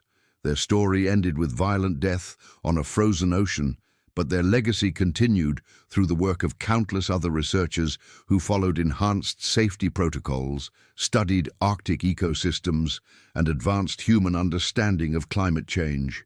In death, they had achieved the immortality that comes from making a lasting contribution to human knowledge and the safety of those who would continue the work they had begun. The polar bear that ended their lives remained what evolution had made him, a perfect predator adapted for survival in the Arctic. But Sarah Bell and Thomas Nguyen became something more through their dedication to science, their willingness to risk everything for knowledge, and their lasting contribution to human understanding of the natural world. They had loved enough to die studying. Their final research data, recovered from their destroyed camp, contributed to groundbreaking studies of Arctic marine ecosystems that advanced scientific understanding of climate change impacts. Their names appeared as co-authors on multiple peer-reviewed publications, ensuring their permanent place in the scientific record. But perhaps more importantly, their dedication inspired countless other young researchers to pursue careers in environmental science and climate research. The memorial fund established in their names supported dozens of graduate students over the following years, helping train a new generation of scientists dedicated to understanding and addressing climate change. The enhanced safety protocols developed in response to their deaths prevented future tragedies and allowed important research to continue in safer conditions. Dr. Margaret Chen, who had trained both victims, continued their work and became a leading advocate for Arctic research safety. She often spoke about Sarah and Thomas at scientific conferences, ensuring that their memory remained alive in the research community and that their sacrifice continued to inspire others to pursue careers in environmental science. The families of both victims eventually found some peace in knowing that their children's deaths had led to positive changes that protected other researchers and advanced scientific understanding. The Bell and Nguyen families became advocates for Arctic research safety and continued supporters of climate change research, ensuring that their children's legacy extended far beyond the tragedy of their deaths. Years later, researchers working in polar bear habitat still followed safety protocols developed in response to the Bell and Nguyen attack. Every expedition into Arctic regions carried enhanced safety equipment, maintained more frequent communication schedules, and included personnel trained specifically in polar bear deterrence techniques. The changes had effectively eliminated fatal bear attacks on research expeditions, fulfilling the hope that Sarah and Thomas's deaths would prevent future tragedies. Their story became required reading in graduate programs focusing on environmental science and Arctic research, serving both as inspiration for young scientists and as a sobering reminder of the risks inherent in field research. Professors used their example to illustrate the dedication required for environmental science and the courage shown by researchers who ventured into extreme environments to gather data essential for understanding climate change. The research station where they had died became coordinates in a database, but their names became permanent fixtures in the scientific literature, memorial walls, and the memories of all who had known them or been inspired by their dedication. Their brief lives had been dedicated to science, and their deaths ensured that their commitment to environmental research would be remembered and honored for generations to come. The Arctic ice, where Sarah Bell and Thomas Nguyen had died in pursuit of scientific knowledge, continued its ancient dance of formation, drift, and melting, following patterns established long before humans had evolved and continuing long after their brief presence had ended. But in the permanent record of human scientific achievement, their names had earned a place among the researchers whose dedication advanced knowledge and inspired others to continue the vital work of understanding and protecting the planet's most vulnerable ecosystems. Their final expedition lasted only 3 days, but its impact extended across decades through enhanced safety protocols, continued research, and the inspiration provided to countless young scientists who followed their example of dedication to environmental research. They had died pursuing knowledge they believed was essential for humanity's future, and their legacy ensured that their contribution to scientific understanding would endure long after the ice where they died had melted and become part of the ocean they had given their lives to study. The next stories, Into the White Silence. The first thing Sarah Chen noticed about Churchill wasn't the famous polar bears or the harsh beauty of Hudson Bay. It was the silence. Not the peaceful quiet of a library or the gentle hush of falling snow, but something deeper and more unsettling. A silence that seemed to press against her eardrums like the weight of the Arctic itself. As the wildlife tour guide adjusted her radio and checked the modified tundra buggy one final time, Sarah couldn't shake the feeling that something was watching from beyond the permafrost. She'd been leading tours in Manitoba's polar bear capital for 8 years, but today felt different. The air carried a tension that made the fine hairs on her neck stand at attention. "Beautiful morning for bear watching," called out Marcus Webb, the tour's photographer, as he secured his telephoto lens case. At 42, Marcus had traveled to 6 continents, documenting wildlife, but this was his first trip to Churchill. His weathered hands moved with practiced efficiency, though Sarah noticed they trembled slightly. Whether from cold or excitement, she couldn't tell. Behind him, Dr. Elena Vasquez was helping her teenage daughter Maya with her winter gear. Elena, a marine biologist from San Diego, had saved for 2 years to bring Maya on this educational trip. At 16, Maya was more interested in her phone than polar bears, but Eleanor hoped the raw beauty of the Arctic would inspire her daughter the way it had inspired her own career decades ago. "Mum, there's literally no signal here," Maya complained, waving her phone toward the grey October sky. "How am I supposed to post anything?" That's rather the point, dear," said Professor James Whitmore, overhearing from his position near the buggy's front window. At 73, the retired zoologist from Oxford had been studying Arctic wildlife for nearly 5 decades. His eyes, sharp despite his age, scanned the horizon with the patience of someone who understood that nature revealed its secrets only to those willing to wait. Completing their small group was David Kim, a software engineer from Seattle, taking his first vacation in 3 years. He'd booked the tour impulsively after his divorce was finalized, seeking something, anything, to fill the hollow space where his marriage used to be. The expensive camera hanging around his neck was brand new, purchased the day before his flight, a tool he hoped might help him see the world differently. Sarah counted her charges one final time as they prepared to venture onto the tundra. 5 tourists, herself, and Tommy Beargrease, their Cree driver whose knowledge of the land ran deeper than any guidebook. Tommy rarely spoke during tours, but his presence was reassuring. He'd grown up on this land, understood its moods and dangers in ways that Sarah, despite her years of experience, was still learning. The modified vehicle they rode in was built for Arctic conditions, elevated on massive tires to navigate rough terrain, enclosed and heated to protect against the harsh environment, and equipped with radio communication back to Churchill. Sarah had made this journey hundreds of times, but she never grew complacent about the wilderness they were entering. As they rolled away from the town's outskirts, Professor Whitmore began sharing his knowledge with the group. Churchill sits at the intersection of three major ecosystems, he explained, his British accent lending authority to his words. The boreal forest, the Arctic tundra, and the marine environment of Hudson Bay. It's one of the few places on Earth where you can witness the convergence of these worlds. Maya looked up from her dead phone, mildly interested despite herself. So why do the bears come here? Excellent question, Whitmore smiled. Polar bears are marine mammals, despite being land animals. They depend on sea ice to hunt seals, which make up the majority of their diet. As Hudson Bay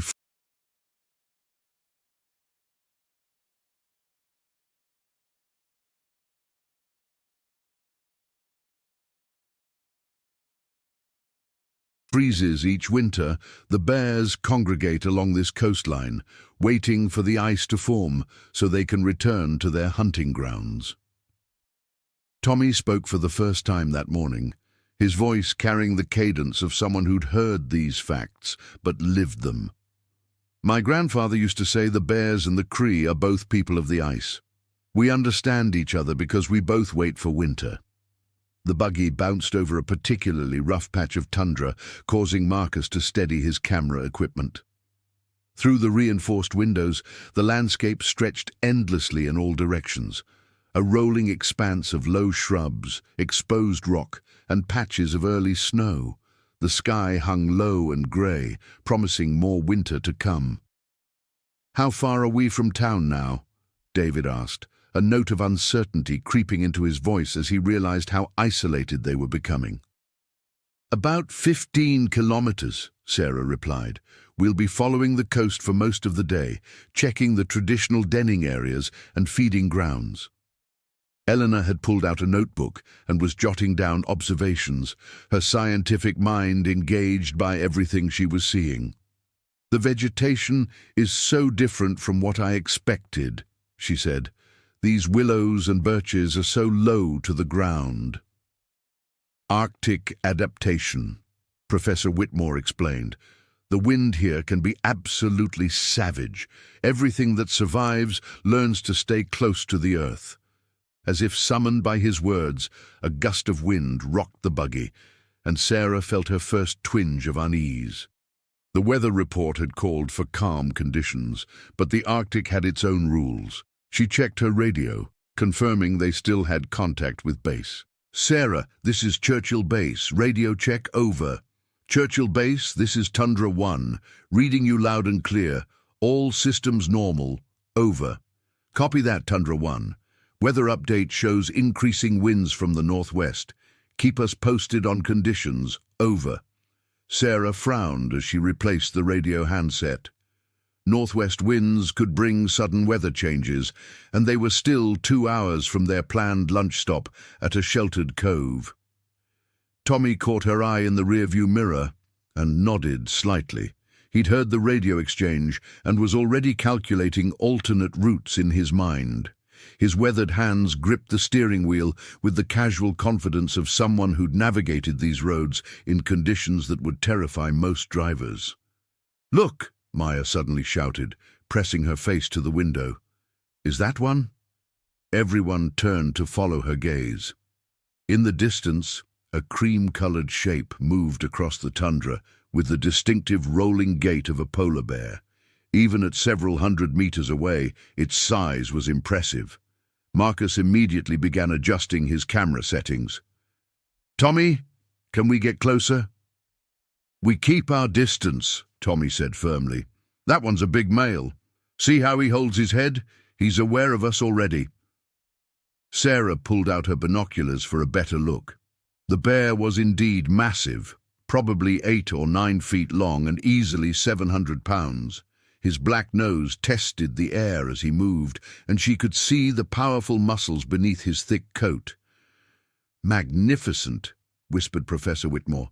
"Look at the way he moves. Each step is deliberate, conserving energy. These animals are perfectly adapted for this environment." As they watched, the bear stopped and turned to look directly at their vehicle. Despite the distance, Sarah felt the weight of his gaze. There was an intelligence in polar bears that was both fascinating and unsettling. They were one of the few animals that would actively hunt humans if the opportunity arose. "Why is he just standing there?" Eleanor asked, her scientist's curiosity overcoming any fear. "He's deciding if we're interesting enough to investigate," Tommy answered. "We're in his territory now." The standoff lasted several minutes, predator and tourists regarding each other across the empty tundra. Finally, the bear turned away and continued his journey across the landscape, disappearing over a low ridge. "That was incredible," David breathed, already reviewing the photos he'd managed to capture. "I can't believe how close we got." "Actually, that was quite a safe distance," Sarah said. "Adult male polar bears can be extremely dangerous, especially during the pre-winter period, when they're building up fat reserves before the ice forms." As they resumed their journey, the wind continued to increase. Sarah noticed that the patches of snow were becoming more frequent, and the temperature was dropping faster than the forecast had predicted. She made another radio check. "Churchill Base, this is Tundra 1, requesting weather update, over." Static crackled for several seconds before the reply came through. "Tundra 1, we're showing deteriorating conditions moving in faster than anticipated. Temperature dropping to -15 degrees Celsius with wind gusts up to 60 kilometers per hour. Recommend you begin return journey within the next 2 hours, over." Sarah felt her stomach tighten. They were still 40 minutes from their planned furthest point, and she'd promised the group they'd reach the famous denning areas where mothers often emerged with their cubs. But safety had to come first. "Copy that, Churchill Base. We'll reassess our route and keep you updated, over." She turned to address the group, trying to keep her voice casual. "Folks, the weather's going to be getting a bit rougher than expected. We might need to modify our route to ensure we get back to town safely." Elena looked concerned. "Is there actual danger?" "Not if we're smart about it," Sarah assured her. "These vehicles are built for Arctic conditions, and Tommy knows every road within 100 kilometers. But weather can change quickly out here, and it's always better to be cautious." Professor Whitmore nodded approvingly. "Wise decision. I've seen Arctic storms develop from clear skies to whiteout conditions in less than an hour." Maya, who had been quietly watching the landscape, suddenly pointed ahead. "There's another one." This time, it wasn't a distant speck on the horizon. A large female polar bear stood less than 50 meters from the road, her 2 small cubs playing at her feet. The family group was positioned near a small creek that cut through the tundra, the perfect spot for the cubs to learn hunting techniques in the shallow water. "Oh my God," Eleanor whispered, her hand instinctively reaching for her camera. "They're so beautiful." Tommy brought the buggy to a gentle stop, positioning it so everyone had a clear view while maintaining a respectful distance. The mother bear was immediately alert to their presence, standing taller to get a better look at the vehicle while keeping her body between her cubs and the potential threat. "She's protecting them," Marcus observed, his camera clicking rapidly but quietly. "Look how she's positioned herself." The cubs, oblivious to any danger, continued their play fighting in the shallow water. They looked like oversized stuffed animals, rolling and tumbling with the clumsy enthusiasm of all young animals. But Sarah knew that even these 6-month-old cubs were already formidable creatures, capable of inflicting serious injury if threatened. "How dangerous is this situation?" David asked, his voice tighter than before. "The mother is the most dangerous animal we could encounter," Tommy said quietly. "She'll do anything to protect those cubs." We stay very still and very quiet. As if sensing the attention, one of the cubs looked up at the buggy and let out a small huffing sound. The mother immediately responded, stepping closer to her offspring and fixing the vehicle with an intense stare. "She's calculating," Professor Whitmore observed, "trying to determine if we represent a threat to her cubs." The tension in the air was palpable. Everyone in the buggy seemed to be holding their breath, aware that they were witnessing one of nature's most powerful bonds, but also one of its most potentially dangerous situations. After what felt like an eternity, but was probably only 3 or 4 minutes, the mother bear seemed to decide they weren't an immediate threat. She relaxed slightly, though she continued to watch them while her cubs resumed their games. "Can we get any closer?" Marcus whispered, his photographer's instincts overwhelming his caution. "Absolutely not," Sarah said firmly. "This is exactly the right distance. Any closer and she might perceive us as a threat." Eleanor was taking notes again, documenting every detail of the cubs' behavior. "Look how they're learning from each other," she said softly. "The larger one is showing the smaller one how to fish." Maya seemed transfixed by the scene. "Mom, this is actually really cool." The moment was shattered by a sudden gust of wind that rocked the buggy violently. Snow began to fall. Not the gentle flakes of earlier, but hard, driving pellets that reduced visibility within seconds. The mother bear immediately gathered her cubs, huffing urgently as she herded them away from the open area. Within moments, the family had disappeared into the swirling white, leaving the tourists alone with the rapidly deteriorating weather. "Time to go," Tommy said, his voice carrying an urgency it hadn't held before. "This is going to get bad fast." Sarah was already on the radio. "Churchill Base, this is Tundra 1. Weather conditions deteriorating rapidly at our position. Beginning immediate return journey over." The reply was nearly lost in static. "Tundra 1. Copy. Recommend. Shelter, if needed." "Churchill Base, please repeat. Signal breaking up, over." But there was no response except the hiss of static. Sarah tried several more times before accepting that they'd lost radio contact with base. "Is that bad?" David asked, noting the concern on Sarah's face. "It's not great," she admitted. "But these storms can interfere with radio signals. The important thing is getting back to town."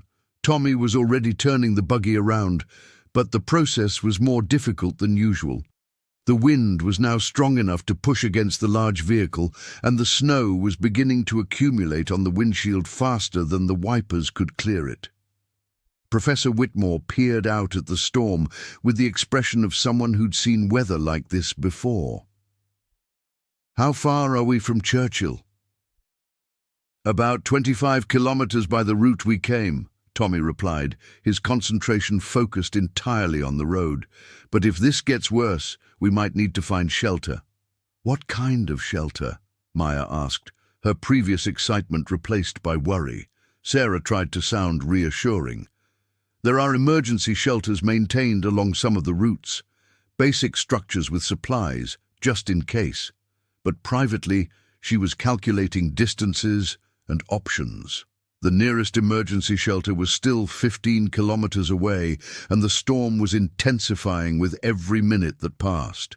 The temperature had dropped dramatically, and the wind was now howling around the buggy, with enough force to make steering difficult, even for Tommy's experienced hands. Elena had put her arm around Maya, both for comfort and to keep her daughter from seeing how concerned she was becoming. "How long do these storms usually last?" "Could be a few hours, could be a few days," Tommy said matter-of-factly. "Arctic weather doesn't follow schedules." Marcus was no longer taking photographs. Instead, he was watching the landscape disappear behind the wall of blowing snow. "I can barely see 10 meters ahead." The truth was even worse than Marcus realized. Tommy could see perhaps 5 meters clearly, and beyond that, everything dissolved into a white void. He was navigating largely by instinct now, following what he hoped was still the road based on subtle changes in the terrain beneath the buggy's wheels. "Tommy," Sarah said quietly, "maybe we should consider stopping and waiting this out." The Cree driver didn't answer immediately, his entire focus on keeping them moving in what he hoped was the right direction. Finally he spoke. "If we stop here, we might not be able to get moving again. Engine needs to keep running to prevent freezing, and we only have so much fuel." The implications of his words sank in slowly. They were committed now. They had to keep moving or risk being stranded in one of the most hostile environments on Earth. David seemed to grasp the seriousness of their situation first. "Are we actually in danger here?" Sarah chose her words carefully. "We're facing challenging conditions, but Tommy knows this country better than anyone. The buggy is designed for exactly this kind of weather." But even as she spoke, she felt the vehicle lurch slightly as the wind caught it at a different angle. The snow was now coming down so heavily that it was building up on the heated windshield faster than it could melt.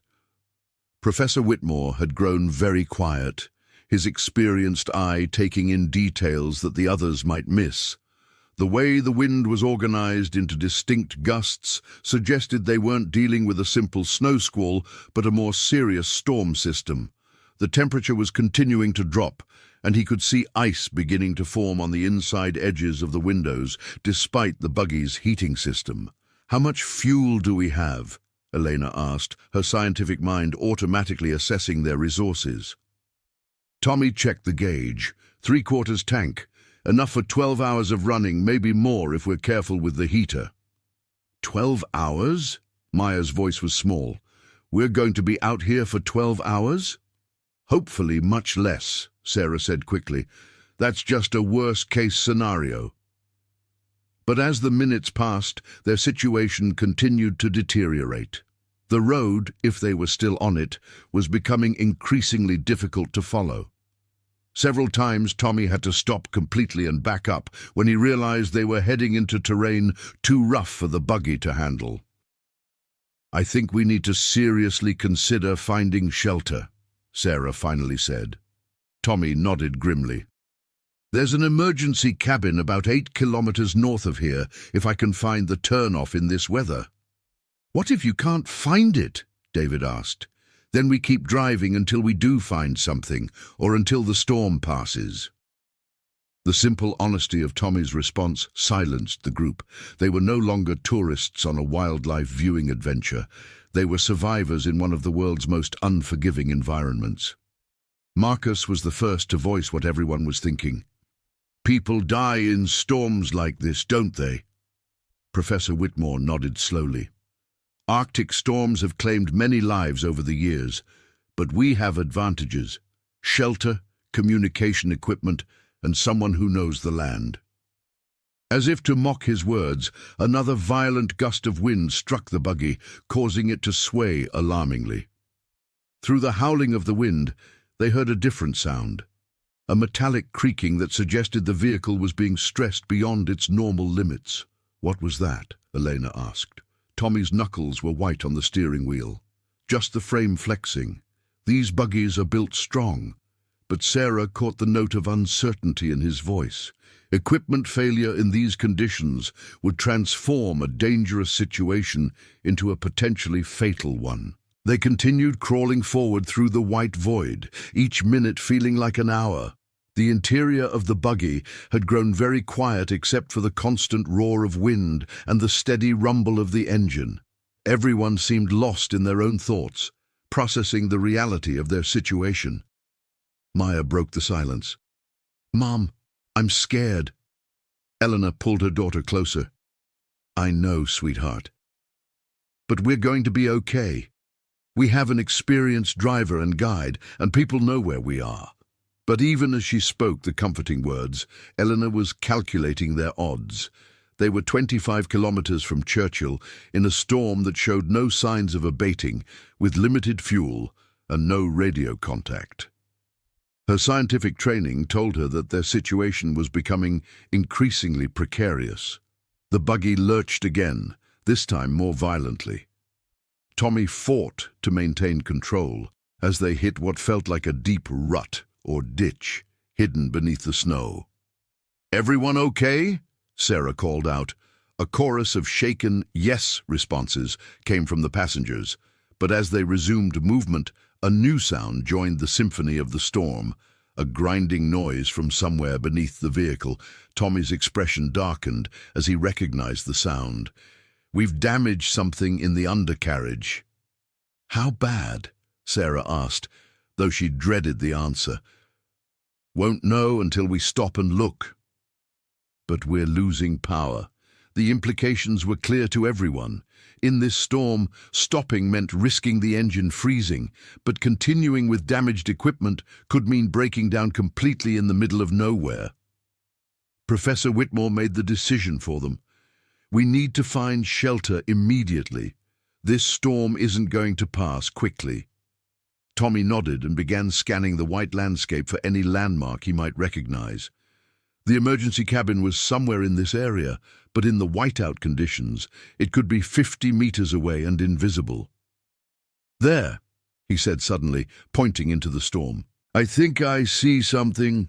Through the driving snow, a dark shape was barely visible, angular and unnatural against the organic curves of the tundra. "Is that it?" Marcus asked. "Has to be," Tommy replied, steering toward the shape. "Nothing else out here." As they drew closer, the building resolved into a small, windowless structure built of heavy timber and metal siding. It looked like it had been designed to withstand nuclear winter, which in many ways wasn't far from the truth.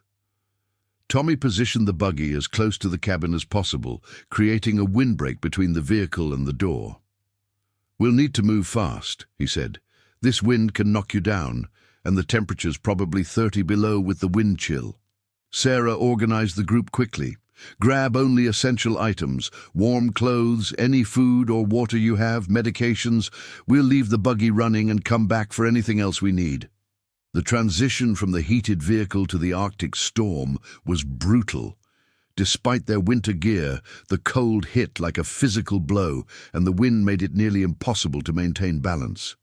Tommy led them to the cabin door, fighting to get the key from its concealed location. Inside, the emergency cabin was Spartan but functional. A small wood stove sat in one corner, with a supply of split logs nearby.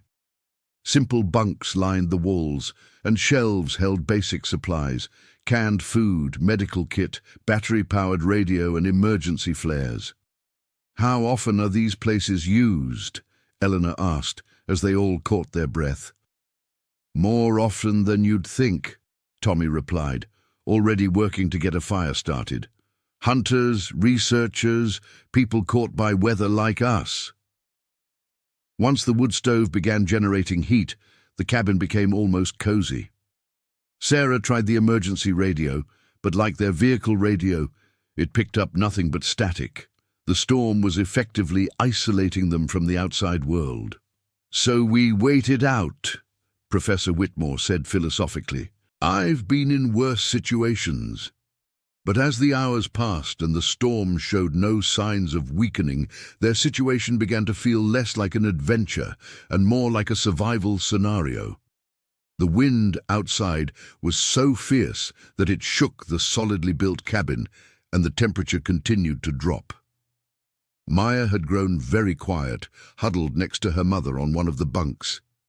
David was pacing nervously, checking his phone repeatedly despite knowing there was no signal. Marcus sat by the window, though there was nothing to see but swirling white. "How long can storms like this last?"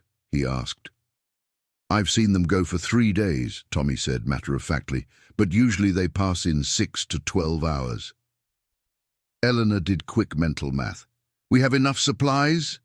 "For several days if we're careful. Water's not a problem, we can melt snow. Food is basic but adequate." As if summoned by their discussion of supplies, a new sound penetrated the cabin, a deep rumbling noise that wasn't quite the wind. Tommy's head snapped up, his entire body going tense. Everyone be very quiet." "What is it?" Sarah whispered. Before Tommy could answer, the sound came again, closer this time and unmistakably organic.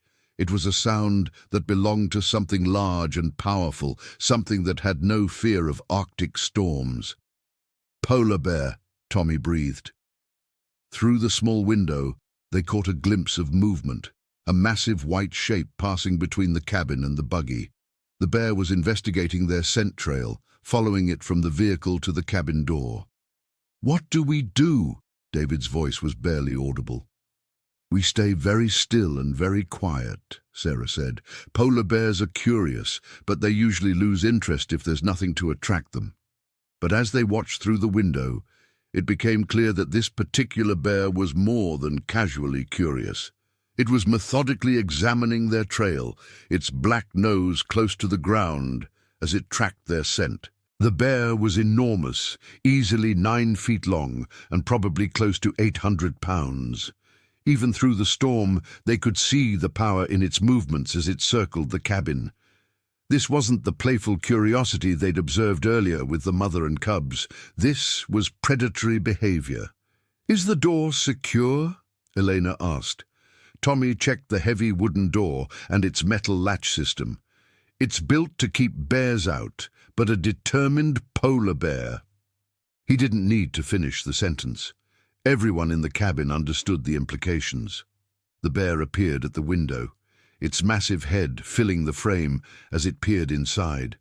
Its small, dark eyes seemed to look directly at each person in turn, calculating and intelligent. When it huffed, its breath fogged the glass. Maya gripped her mother's arm so tightly that Elena winced. "It's looking at us." "Just stay calm," Professor Whitmore whispered. "It's trying to determine if we're prey or threat." The bear's examination continued for several more minutes. It tested the air around the door, pushed against the cabin walls with its shoulder, and even reared up on its hind legs to examine the roof edge where it met the walls. Finally, after what felt like hours, but was probably only 10 minutes, the bear moved away from the cabin. But it didn't leave the area. Instead, it positioned itself downwind, about 30 meters away, and settled down to wait. "It's not leaving," Marcus observed. Tommy nodded grimly. "It knows we're in here. Probably caught our scent from kilometers away and followed it." "So we're trapped?" David asked. "For now. Polar bears are patient hunters. It might wait hours or even days." Elena felt a chill that had nothing to do with the Arctic cold. "Days? We can't stay here for days." "We might not have a choice," Sarah said. "In these conditions, trying to make a run for the buggy could be suicide." The reality of their situation was sinking in. They weren't just weathering a storm anymore. They were under siege by one of the Arctic's most dangerous predators. Outside, the bear had positioned itself where it could observe both the cabin and the buggy. Its massive head moved slowly as it tracked any sound or movement from inside the structure.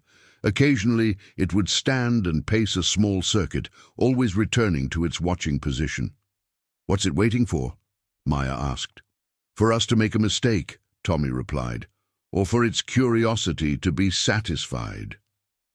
Professor Whitmore was studying the bear's behavior with professional interest, despite their dangerous situation. "This is highly unusual behavior for a polar bear. They're typically ambush hunters, not siege predators."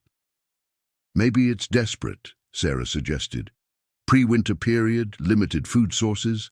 But Tommy shook his head. "Look at it. That bear's well-fed.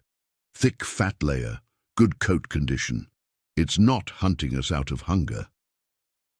"Then why?" Elena asked. "Territory. Or maybe it's just curious about something it's never encountered before." The hours dragged by with agonizing slowness. The storm continued to rage outside, but now it seemed like a secondary threat compared to the massive predator that maintained its vigil near their shelter. They took turns watching through the small window, documenting the bear's movements and behavior. During one of these observation periods, David noticed something alarming. Is it getting closer? Tommy looked out and confirmed David's observation. The bear had moved its position several meters closer to the cabin. It's testing us, seeing if we react to its presence. What happens if it decides we're prey? Marcus asked. Then it'll try to get in, Tommy said simply. And polar bears are very good at problem solving. As if to demonstrate his point, the bear stood and approached the cabin more directly. It examined the door again, this time pushing against it with more force. The heavy wooden structure held, but they could hear the metal latch system creaking under the pressure.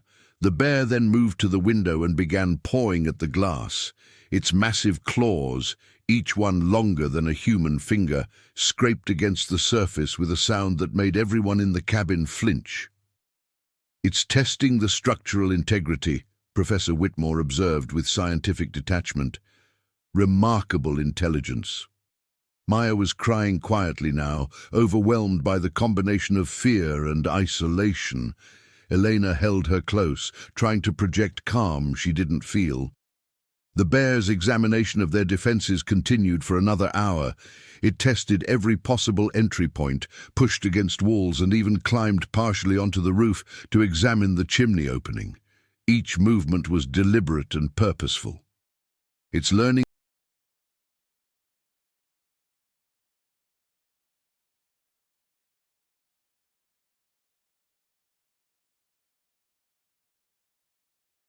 the cabin's construction, Sarah realized, figuring out weak points.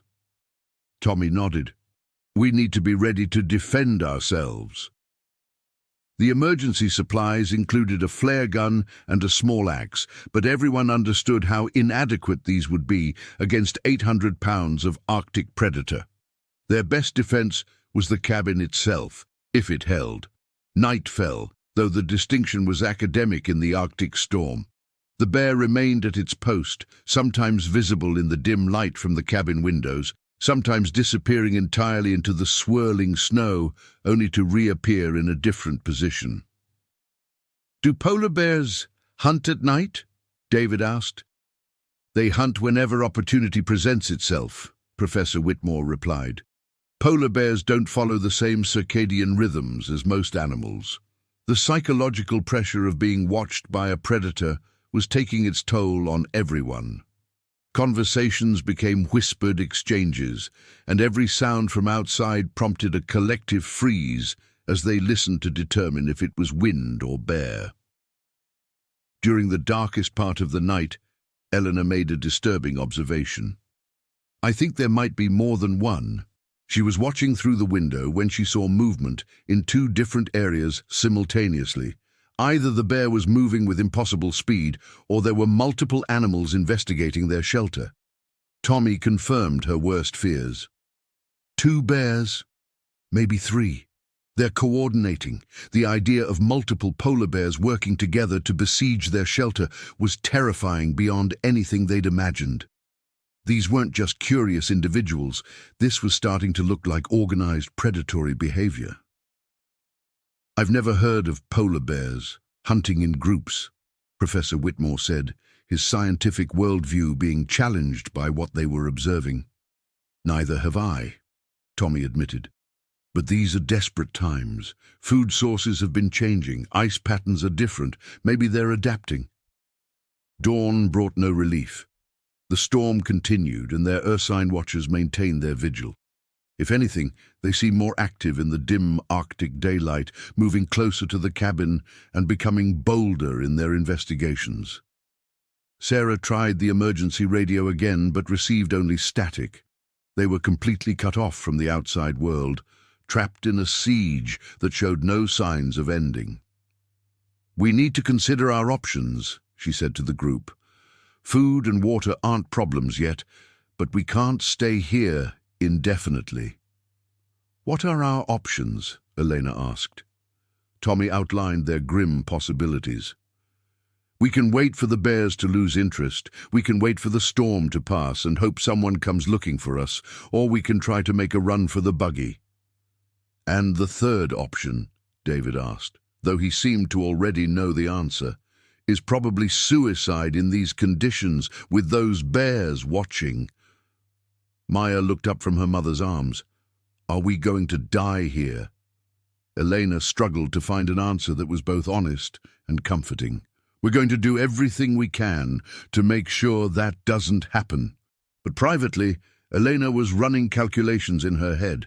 Even if the bears lost interest, they'd been missing from Churchill for over 18 hours now. Search and rescue operations would be impossible in the current weather conditions. And if the storm lasted several more days, her scientific mind refused to complete the thought.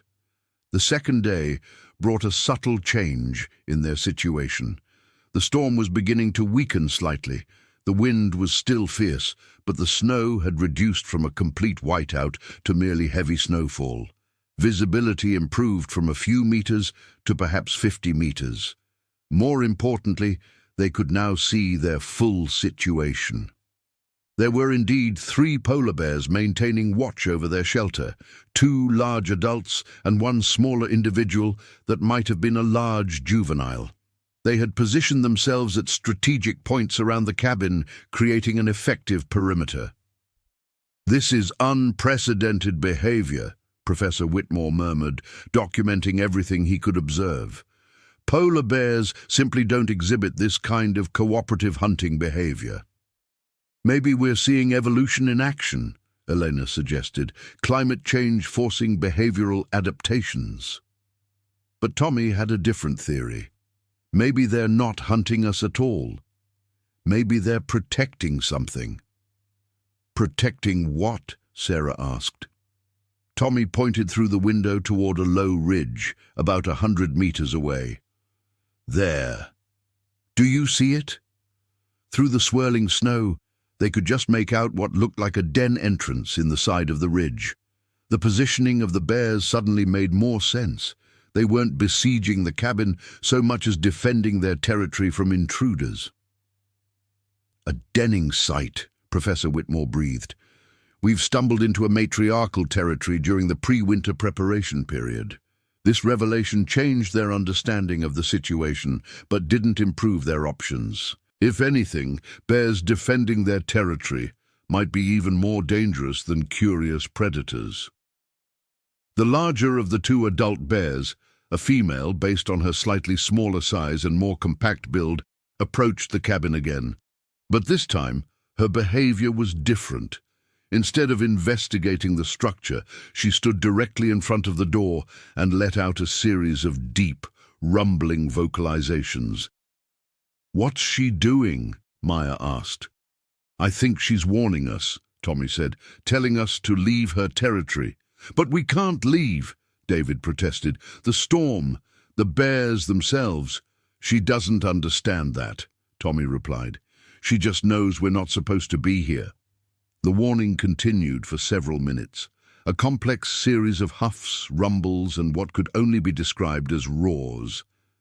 The other bears joined in, creating a symphony of ursine communication that was both magnificent and terrifying. Finally, the vocalizations stopped. The lead female approached the door one more time, but instead of testing its strength, she simply placed one massive paw against it.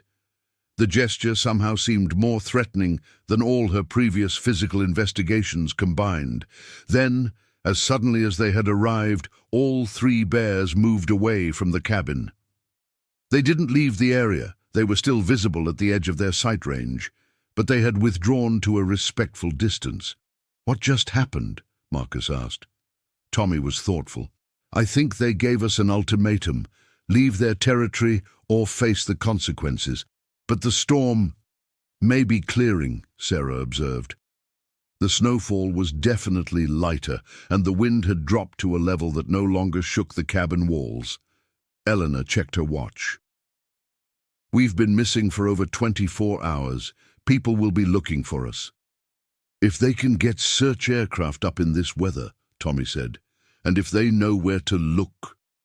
The group fell silent, each person contemplating their options. Stay in the cabin and risk confrontation with increasingly agitated bears, or venture out into still dangerous weather conditions and risk getting lost or dying of exposure. Professor Whitmore made the decision for them. "We should attempt to reach the buggy. These bears have been patient, but patience has limits." Sarah nodded reluctantly. "If we're going to try, now might be our best chance. The weather's improving, and we have several hours of daylight left."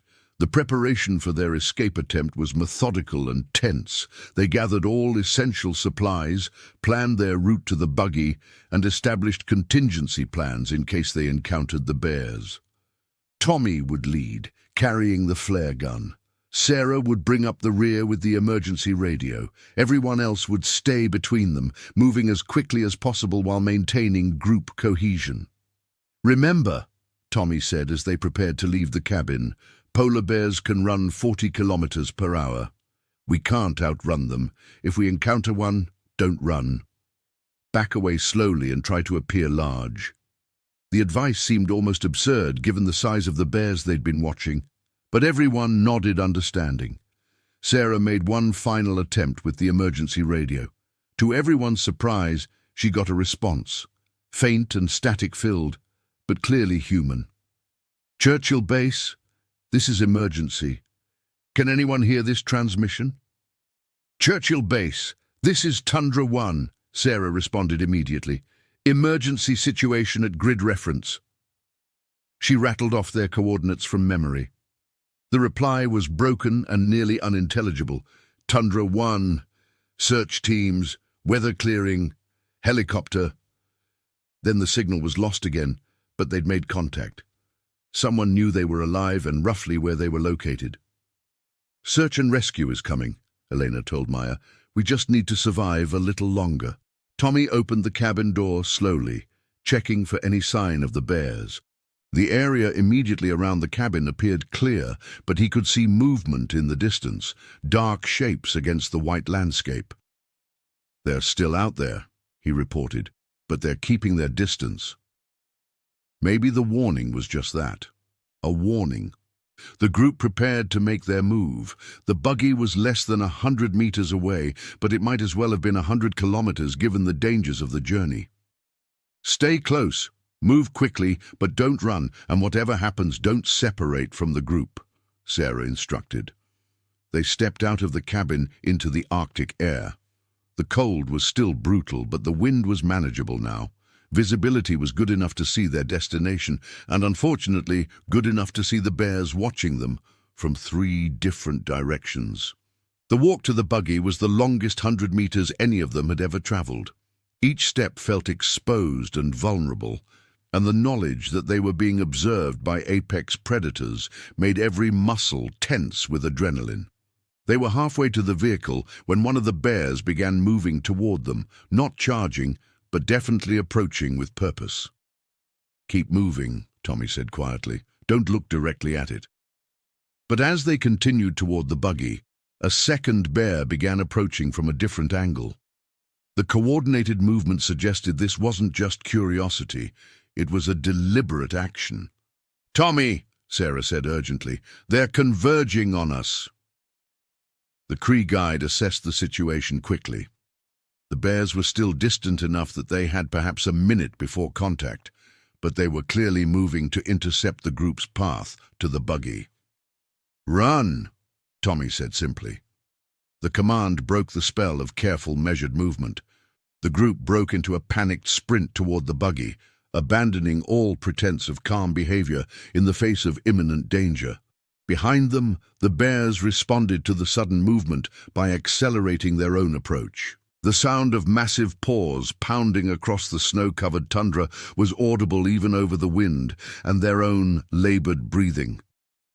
Marcus stumbled in the snow, but David caught him and hauled him forward. Elena was practically carrying Maya, whose shorter legs couldn't match the pace of the adults. Professor Whitmore was falling behind despite his best efforts. Tommy reached the buggy first and began the desperate process of getting everyone inside. The engine was still running, a blessing that might save their lives. Sarah helped Professor Whitmore while Tommy assisted Elena and Maya. "Where are they?" Marcus shouted as he dove through the buggy door. Sarah looked back, The largest bear was perhaps 30 meters away and closing fast. Its massive head was low, its ears back, the unmistakable posture of a predator in full pursuit. "Everyone in!" Tommy shouted, firing the flare gun over the approaching bear's head. The bright red streak and explosive sound caused the animal to slow slightly, but it didn't stop its approach. The door slammed shut just as the bear reached the vehicle. The impact of 800 pounds of Arctic predator striking the side of the buggy was tremendous, rocking the entire vehicle and causing several windows to crack. Tommy gunned the engine, and the buggy lurched forward, leaving the bears behind as they escaped across the tundra. But their relief was short-lived. The grinding sound from the undercarriage was much worse now, and the vehicle was clearly struggling. "How far to Churchill?" Eleanor asked.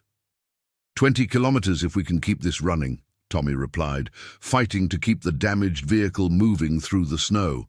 Behind them, the three bears had given up their pursuit, but were still visible, standing where the cabin and buggy had been, watching their departure. "They followed us for over a day," Professor Whitmore marveled. "Unprecedented behavior." But their academic interest in unusual bear behavior was tempered by their ongoing survival situation. The buggy was making increasingly worrying sounds, and they were still far from safety. 10 kilometers from Churchill, the inevitable happened. With a grinding screech of metal, the buggy lurched to a stop. Tommy tried to restart it, but the engine turned over weakly and died. "We're walking from here," he announced. The final stretch to Churchill became an endurance test against cold, wind, and their own exhaustion. Elena and Maya struggled in the deep snow, while Professor Whitmore's age became a significant factor in the harsh conditions. But they kept moving, driven by the knowledge that behind them, somewhere in the White Wilderness, 3 polar bears might still be following their scent. When the lights of Churchill finally appeared through the swirling snow, the group was hypothermic, exhausted, and nearly broken by their ordeal. Sarah's emergency radio crackled to life as they approached the town limits. "Tundra 1, this is Churchill Base. We have searchers converging on your position. Are you mobile?" "Churchill Base. We're on foot, approaching town from the northwest. All 6 survivors accounted for, but need immediate medical attention." The rescue was swift and professional. Within minutes, they were surrounded by search and rescue personnel, loaded into heated vehicles, and transported to Churchill's small medical clinic. As they received treatment for hypothermia and exhaustion, the story of their ordeal began to emerge. The unusual bear behavior, the siege of the emergency cabin, and their narrow escape became the subject of intense interest from wildlife authorities. Dr. Rebecca Morrison, the regional wildlife biologist, interviewed each member of the group extensively. "This type of coordinated behavior from polar bears is virtually unknown," she explained. "We'll need to investigate the site and try to understand what drove this behavior." Professor Whitmore, recovering from his ordeal, was eager to contribute to the scientific understanding of what they'd experienced. Climate change is forcing rapid behavioral adaptations in Arctic species. What we witnessed might represent a significant evolutionary development. Elena, holding Maya close in their hospital beds, was more concerned with practical implications. Are other tour groups at risk? Could this happen again? "We're temporarily suspending tours in that area until we understand more," Sarah assured her. This was an unprecedented situation. Tommy, his weathered hands wrapped around a cup of coffee, was philosophical about their experience. "The land teaches us what it wants us to know. These bears, they were just defending what's theirs." Maya, recovered enough to be processing her experience, made an observation that surprised everyone. "They never really tried to hurt us, did they? Even when we ran, they could have caught us if they'd really wanted to." Her insight prompted a re-examination of the bear's behavior. Perhaps what they'd interpreted as predatory behavior was actually elaborate territorial display, a warning rather than a hunting attempt. David, dealing with the psychological impact of the experience, found himself changed by the ordeal. "I went on that tour to find something different," he said. "I certainly found it." Marcus's photographs and video footage from their time in the cabin became valuable scientific documentation. The images showed clearly coordinated behavior among the three bears, providing the first recorded evidence of such activity in polar bears. The media attention was intense but brief. The story of tourists trapped by polar bears made international news for a few days before being replaced by other events. But for those who had lived through it, the experience left permanent marks. Elena returned to San Diego with Maya, but their relationship had been transformed by their shared survival experience. Maya's interest in wildlife and conservation, sparked by their Arctic ordeal, would eventually lead her to study marine biology like her mother. Professor Whitmore used the experience as the basis for a groundbreaking paper on climate-induced behavioral adaptation in Arctic mammals. His work helped establish new protocols for wildlife tourism in polar bear habitat. Tommy continued leading tours, but with a deeper respect for the unpredictability of the land he called home. He became an advocate for expanded emergency shelter networks and improved communication systems for remote tour operations. Sarah underwent additional training in extreme weather survival and emergency management. The experience reinforced her belief in the importance of respecting wildlife and the power of the Arctic environment. David found that surviving the polar bear siege had given him perspective on his personal problems. He returned to Seattle with a renewed appreciation for life and eventually remarried, this time to someone who shared his love of adventure. Marcus's career as a wildlife photographer was launched by the images and story from Churchill. He became a specialist in Arctic wildlife, though he never again encountered polar bears exhibiting the coordinated behavior they'd witnessed. The emergency cabin where they'd sheltered was eventually relocated after wildlife authorities determined that it had been built too close to an important denning area. The site became part of a protected zone where human access was strictly limited. The three polar bears were monitored for several months after the incident. Wildlife authorities used GPS collars to track their movements and behavior, hoping to understand what had driven their unusual actions. The study revealed that the bears were indeed protecting a traditional denning area that had become increasingly important as other suitable sites were affected by changing ice conditions. Dr.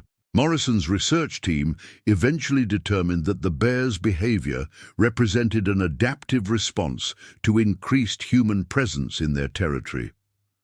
Rather than simply avoiding humans, these individuals had developed strategies for actively defending their space, a significant behavioral evolution driven by environmental pressure. The incident became a case study in wildlife management schools and influenced policy decisions about tourism in polar bear habitat.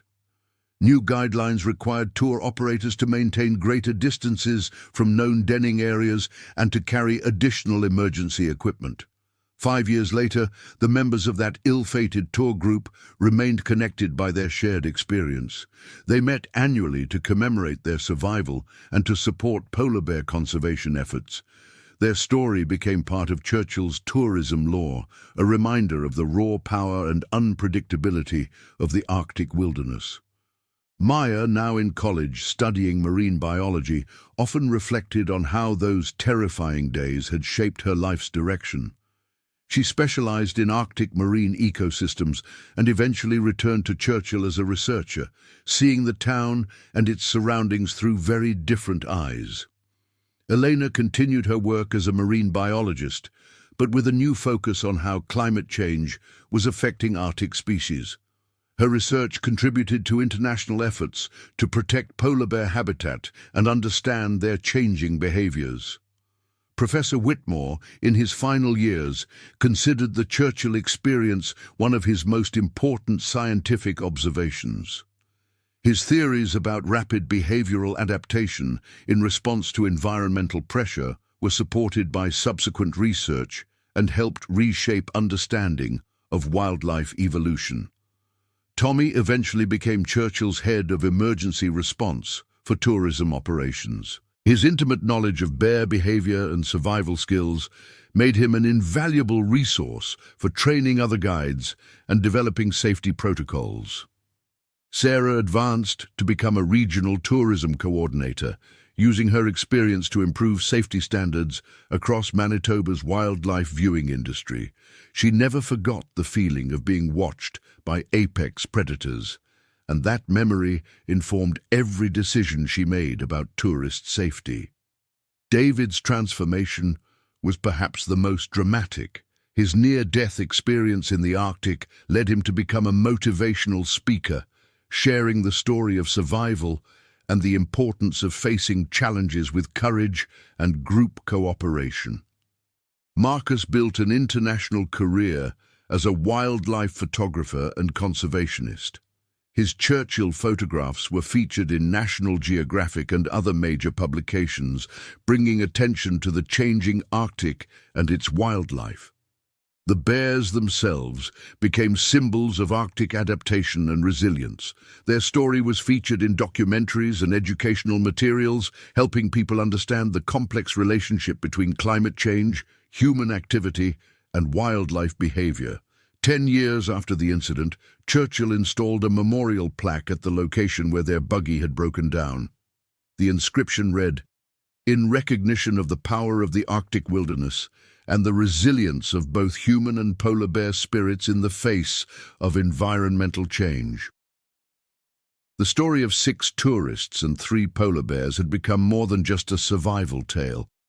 It had become a parable about adaptation, respect for nature, and the unexpected ways that crisis can transform lives and understanding. Eleanor and Maya returned to Churchill for the memorial dedication, along with the other survivors. Standing in the same landscape where they'd fought for their lives, they marveled at how beautiful and peaceful it seemed in the warm July sunshine. But they all knew that beneath the Arctic's serene summer facade lay the same wild power they'd encountered that October day. The land hadn't changed. They had. They'd been marked by the experience, branded by the Arctic's harsh beauty and the intelligent eyes of the polar bears who had tested them and found them worthy of survival. As they stood together at the memorial, watching the summer tundra stretch endlessly toward Hudson Bay, each of them carried the knowledge that they had looked into the face of the wild and lived to tell the story. It was a gift that few people received, and one that none of them would ever forget. The polar bears were out there still, somewhere beyond the horizon, adapting and surviving in their changing world. The thought was both comforting and humbling, a reminder that humans were visitors in this ancient landscape, guests in the realm of the ice bears. And in the end, perhaps that was the most important lesson of their ordeal: respect for the power of nature, the intelligence of wild creatures, and the thin line between survival and catastrophe in the world's most unforgiving places. They had crossed that line and returned to tell the tale, forever changed by their encounter with the white silence of the Arctic and the bears who ruled its endless expanse. The next stories: When Ice Breaks, a polar bear encounter in the Canadian Arctic. The morning of December 17th, 2024, dawned crystal clear across the vast expanse of Nunavut's Baffin Island, with temperatures hovering at -32 degrees Celsius and a wind chill that could freeze exposed skin in minutes. Marcus Rogers adjusted his polarized goggles as he surveyed the endless white landscape stretching before him, the snow so pristine it seemed to glow with an inner light. Beside him, his wife Emily checked her GPS unit for the 3rd time in 10 minutes, her breath forming ice crystals on the fur trim of her parka hood. They had been married for 3 years, But this was their first major Arctic adventure together, a dream trip to photograph polar bears in their natural habitat that they had been planning and saving for since their honeymoon. Marcus, a 27-year-old wildlife photographer from Vancouver, had spent the better part of 5 years building his reputation through dangerous assignments in remote locations. His portfolio included grizzly bears in Alaska, mountain lions in the Rockies, and wolves in Yellowstone, but polar bears had always been his holy grail. Emily, also 27, worked as a veterinary technician specializing in large animals, and her expertise in animal behavior had proven invaluable during Marcus's previous expeditions. She possessed an intuitive understanding of wildlife that complemented Marcus's technical photography skills perfectly. Together, they formed a formidable team that had earned respect among wildlife photographers and researchers across North America. Their snowmobile, a brand-new Arctic Cat Pantera 7000, purred quietly beneath them as Marcus revved the engine to keep it warm. The machine was state-of-the-art, equipped with heated grips, a GPS navigation system, emergency beacon, and specially designed tracks for deep snow and ice conditions. Emily had insisted on the emergency beacon after reading statistics about snowmobile accidents in remote areas, though neither of them truly expected to need it. The snowmobile had cost them nearly $15,000, but it represented more than just transportation. It was their lifeline in one of the most unforgiving environments on Earth. The couple had arrived in Igloolik, Nunavut, 4 days earlier, flying first to Iqaluit, and then taking a smaller charter plane to the remote community of 1,700 residents. The town served as their base of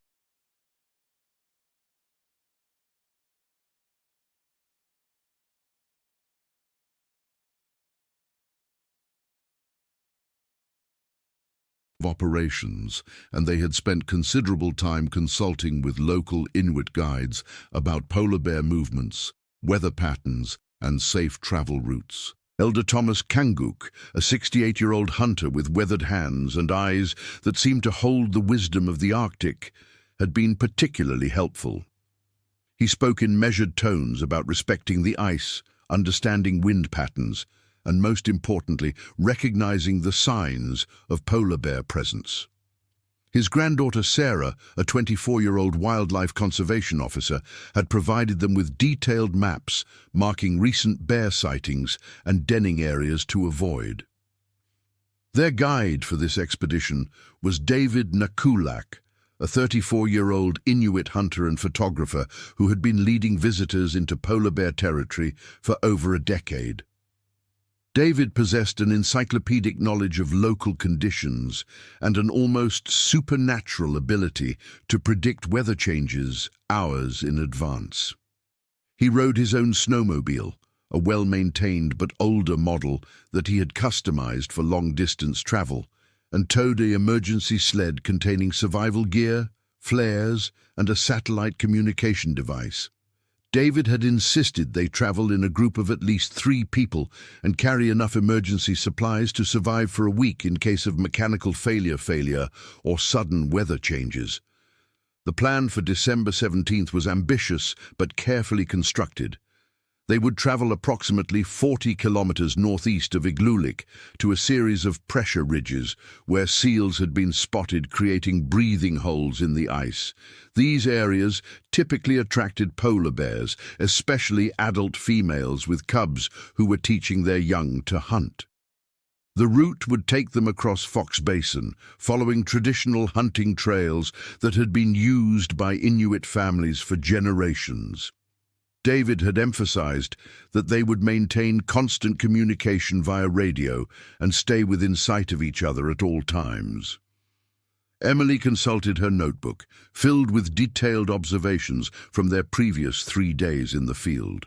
They had encountered 2 polar bears at a distance, both lone males who showed no interest in approaching their small convoy.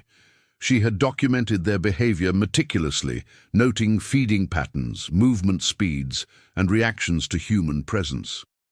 Her veterinary background had taught her to observe animal body language with scientific precision.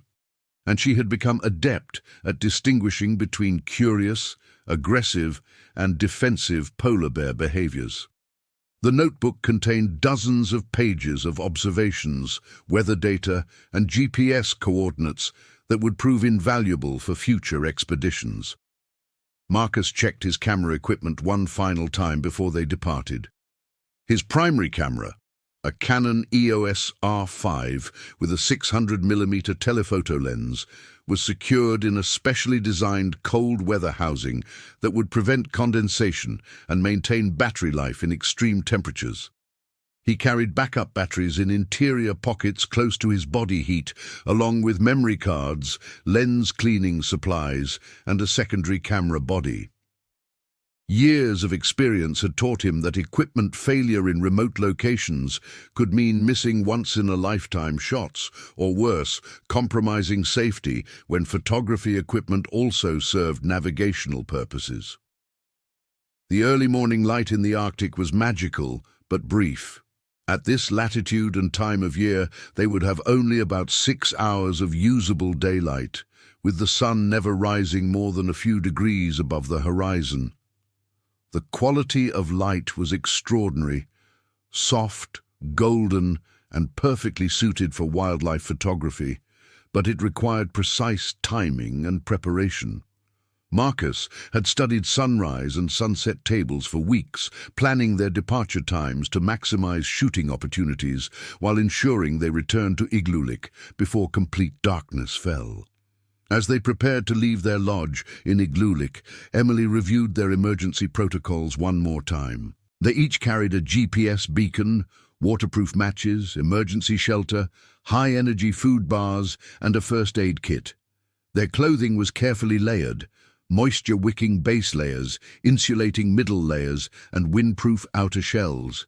Each item had been tested in extreme conditions, and Emily had insisted on backup systems for critical equipment. She wore a watch, synchronized with Marcus's, that would sound an alarm if they became separated by more than 100 meters, a precaution that seemed excessive but had proven valuable during their previous expeditions in Alaska. David started his snowmobile and let it warm up while reviewing weather reports on his satellite phone. The forecast called for clear skies until late afternoon, with winds increasing to 30 kilometers per hour by evening. These conditions were ideal for their purposes, calm enough for safe travel and photography, but not so warm as to make the ice unstable. However, David's expression showed concern as he studied the long-range forecast. A significant storm system was developing to the west and might reach their area within 48 hours. This information influenced his decision to pursue a route that would keep them within relatively easy reach of Igloolik, while still accessing prime polar bear habitat. The three snowmobiles moved out in formation at precisely 8:30 a.m., with David leading, followed by Marcus and Emily on their machine, and a fourth member of their expedition, Dr. Jennifer Walsh, bringing up the rear. Dr. Walsh was a 35-year-old marine biologist from the University of Manitoba who was conducting research on seal populations and their relationship to polar bear hunting success. She had joined their expedition to gather data for her ongoing studies and provided additional expertise in Arctic wildlife behavior. Her snowmobile carried specialized equipment for collecting water samples and underwater cameras for documenting seal activity beneath the ice. The landscape they traveled through was breathtakingly beautiful and utterly alien to anyone unfamiliar with the Arctic. Pressure ridges created by shifting ice flows formed abstract sculptures that stretched for kilometers, some rising 10 meters above the surrounding ice surface. The snow had been sculpted by constant winds into patterns that resembled frozen waves, and the silence was so complete that the sound of their snowmobiles seemed almost intrusive. Emily found herself overwhelmed by the sheer scale and pristine beauty of the environment, frequently asking Marcus to stop so she could photograph landscapes that would serve as backdrops for wildlife images. They made excellent time across the relatively smooth ice of Fox Basin, maintaining a steady speed of about 25 kilometers per hour while constantly scanning for signs of wildlife. David communicated regularly via radio, pointing out tracks in the snow, seal breathing holes, and areas where ice conditions required extra caution. His knowledge of the terrain was encyclopedic. He could identify the age of polar bear tracks, predict which breathing holes were most likely to attract seals, and recognize subtle changes in ice color that indicated varying thickness and safety.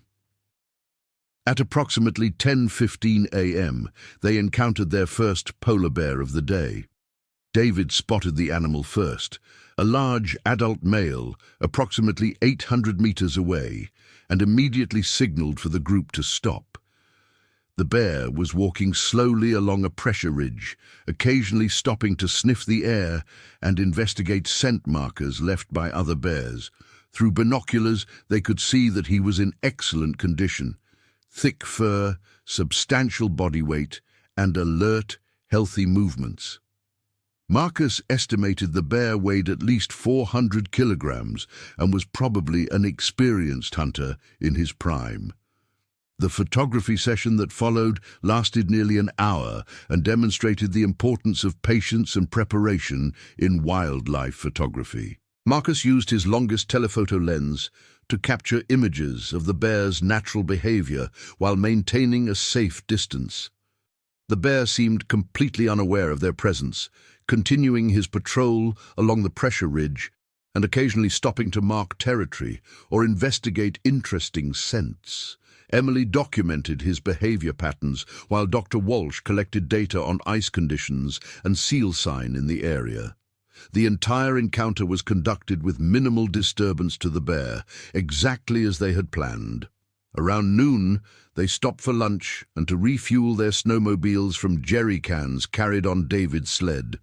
The temperature had risen slightly to -28 degrees Celsius, and the sky remained crystal clear with unlimited visibility.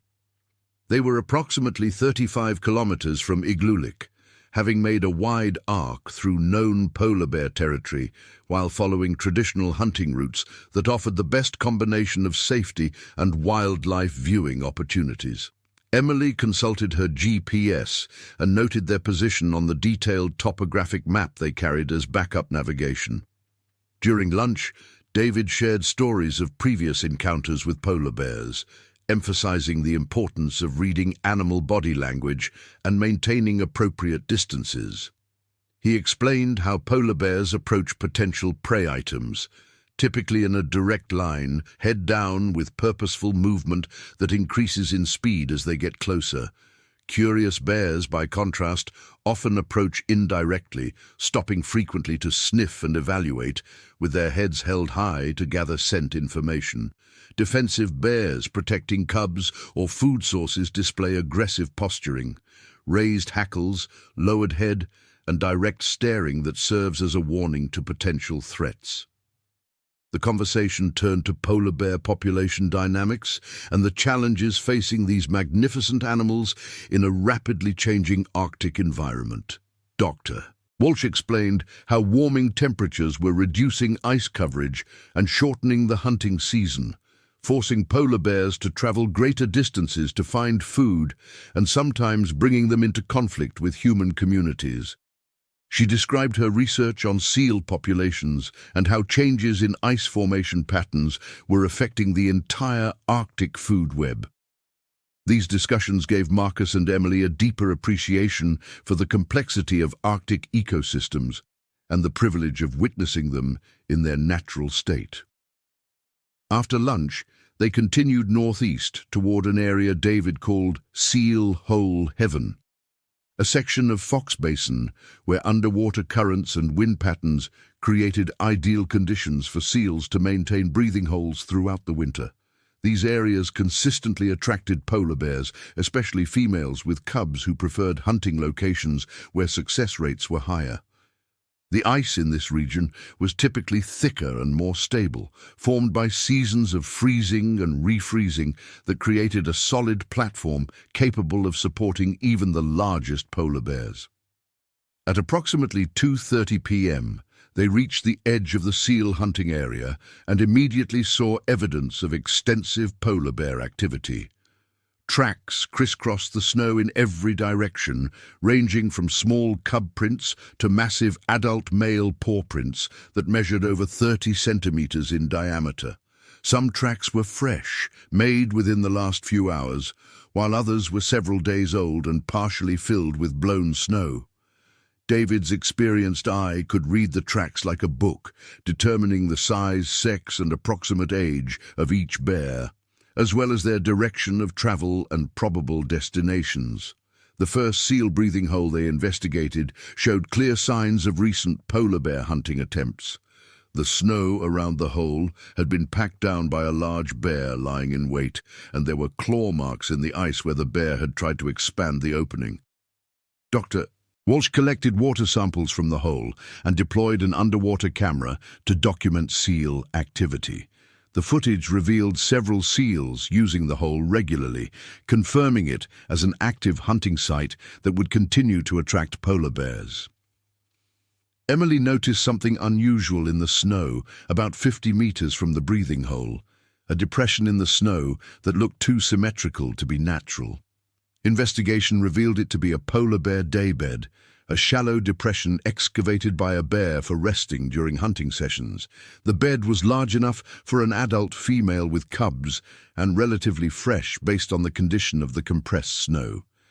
David examined the site carefully and determined that the bear had probably used it within the last 24 hours, most likely during the previous night's hunting session. The discovery of the daybed prompted a discussion about polar bear denning and resting behaviors. David explained how polar bears, unlike other bear species, do not truly hibernate, but rather enter a state called walking hibernation during the coldest months. Pregnant females dig dens in snowdrifts where they give birth to cubs, but other bears remain active throughout the winter, hunting seals and traveling vast distances across the ice. The daybeds serve as temporary resting spots during long hunting sessions and provide some protection from wind and weather. As they continued exploring the area, Marcus noticed unusual ice formations that created natural blind spots where polar bears could approach seal breathing holes without being detected. The pressure ridges and wind-sculpted snow drifts formed a complex maze that required careful navigation and constant attention to their surroundings. David emphasized the importance of maintaining situational awareness, as polar bears could easily approach undetected through this terrain, and their white fur provided perfect camouflage against the snow and ice. At 3:45 p.m., Dr. Walsh's underwater camera at one of the breathing holes captured footage of a large seal approaching the surface. Within minutes, she spotted movement on a nearby pressure ridge. A polar bear had also detected the seal's presence and was beginning a stalking approach. The bear was a medium-sized adult, probably female based on her build and movement patterns, and she demonstrated the incredible patience and skill that made polar bears such successful hunters.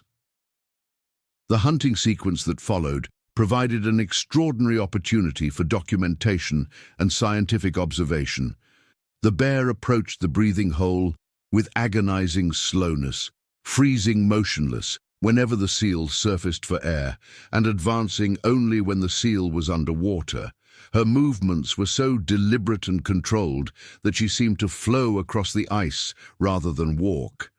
Marcus captured hundreds of photographs documenting each stage of the hunt, while Emily recorded detailed behavioral observations and Dr. Walsh monitored seal activity with her underwater cameras. The hunt continued for over an hour, with the bear positioning herself just meters from the breathing hole and settling into a perfect ambush position. Her black nose was positioned directly over the hole, and her powerful forelegs were coiled for a lightning-fast strike.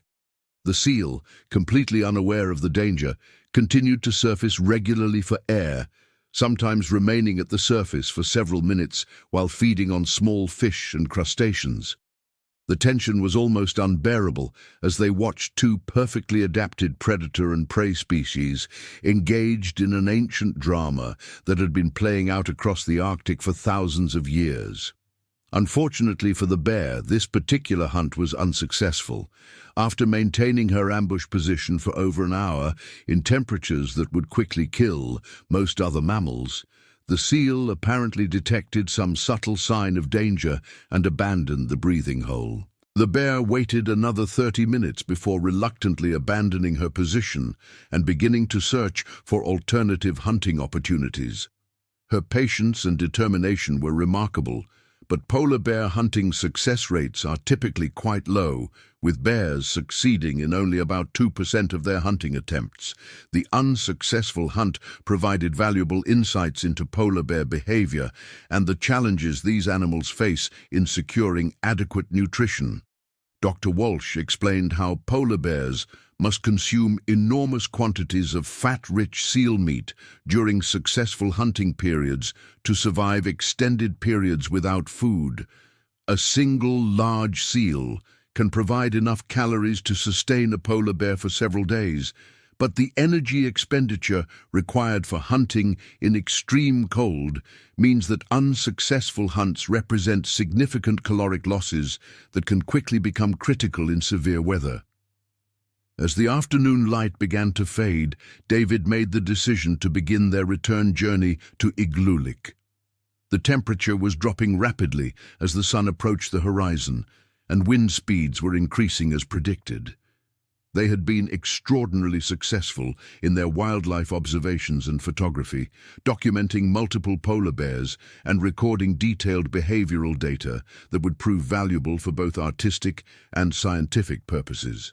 However, Arctic conditions could change rapidly, and experienced guides like David knew that discretion was the better part of valor when operating in such remote and challenging environments. The return trip began uneventfully, with all three snowmobiles running smoothly and making good time across the increasingly firm ice surface. The dropping temperatures had eliminated any concerns about ice stability, and visibility remained excellent despite the approaching sunset. David maintained radio contact every few minutes, and they stopped periodically to check their position using GPS and to ensure that all equipment was functioning properly. Emily monitored their progress on her topographic map, calculating their average speed and estimated arrival time in Igloolik. At approximately 5:20 p.m., when they were still about 18 kilometers from Igloolik, David's voice crackled over the radio with unusual urgency. He had spotted fresh polar bear tracks crossing their intended route, and the size and depth of the prints suggested a very large animal, possibly an adult male. Even more concerning, the tracks appeared to be following a parallel course to their route, suggesting the bear might be aware of their presence and investigating them. David made the decision to alter their route slightly, taking a more direct path toward Igloolik that would avoid the area where the tracks were concentrated. The route change required crossing an area of more complex terrain where pressure ridges created narrow passages between walls of broken ice. David led them through these passages at reduced speed, carefully selecting routes that would accommodate their snowmobiles while providing adequate visibility and escape routes. The ice formations created an otherworldly landscape of blue-tinted sculptures that rose and fell like frozen waves, beautiful but also potentially dangerous for inexperienced travelers who might become disoriented or trapped in dead-end passages. As they navigated through the pressure ridges, Emily noticed that the wind was beginning to pick up significantly, creating small snow devils that danced across the ice surface and reduced visibility in some areas. The temperature continued to drop, reaching -35 degrees Celsius, and her GPS unit showed they were making slightly slower progress than anticipated due to the complex terrain. However, they were still well within acceptable parameters for returning to Igloolik before full darkness, and their fuel supplies were more than adequate for the journey. It was at 5:47 p.m. that their relatively routine return journey took a dramatic turn. As they emerged from a particularly narrow passage between two large pressure ridges, Dr. Walsh's voice exploded over the radio. "Bear! Large male, 2 o'clock, maybe 200 meters." Marcus immediately shut off their snowmobile engine and turned to look in the direction she indicated. There, moving with surprising speed across the ice surface, was the largest polar bear any of them had ever seen. The animal was massive, probably over 500 kilograms, and was clearly aware of their presence. David's voice came over the radio, calm but tense. "Everyone stay on your machines, engines ready to start. He's investigating us, but not showing aggressive behavior yet. Nobody move suddenly, and be prepared to follow my lead." The bear continued approaching, but his body language suggested curiosity rather than predatory intent. His head was held high, he stopped frequently to sniff the air, and his approach was indirect rather than the purposeful straight-line movement that would indicate hunting behavior. Marcus slowly reached for his camera, moving with deliberate care to avoid sudden motions that might trigger a different response from the bear. The animal was magnificent, cream-colored fur that seemed to glow in the late afternoon light, massive shoulders and head that demonstrated his status as an apex predator, and intelligent dark eyes that evaluated their small group with obvious intelligence. Emily held her breath as the bear approached to within about 100 meters, close enough that they could see individual guard hairs in his fur and observe the slight steaming of his breath in the cold air. The encounter continued for nearly 15 minutes that felt like hours. The bear circled their position at a respectful distance, occasionally stopping to mark territory or investigate scents carried on the wind. His behavior was textbook curious polar bear, investigating but not threatening, maintaining distance while gathering information about these unusual intruders in his territory. David maintained constant quiet communication over the radio, describing the bear's body language and preparing contingency plans in case the situation changed. Dr. Walsh, with her extensive experience in Arctic wildlife research, recognized this as a relatively routine encounter with a curious but non-aggressive polar bear. However, she also understood that the situation could change rapidly if the bear perceived them as a threat or if his curiosity turned to territorial aggression. She kept her snowmobile engine running and positioned herself for a quick escape, while documenting the bear's behavior for her research. The encounter provided valuable data about polar bear responses to human presence and the importance of proper protocols during wildlife encounters. The turning point came when the bear apparently satisfied his curiosity and began to move away toward the north. His departure was as gradual as his approach, with frequent stops to investigate scents and mark territory, but his body language clearly indicated that he was no longer interested in their group.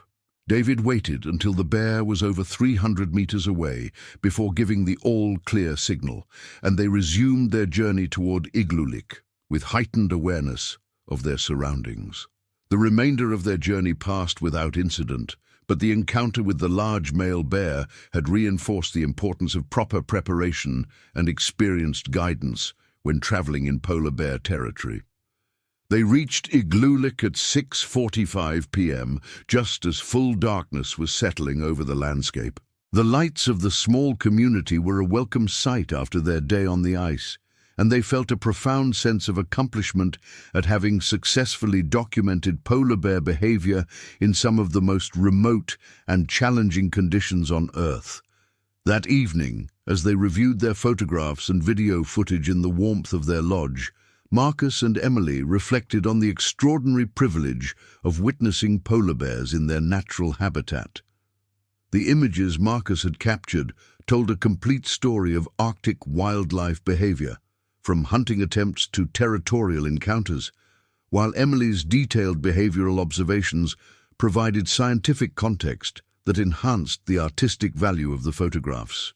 Dr. Walsh's research data would contribute to ongoing studies of polar bear population dynamics and behavior patterns.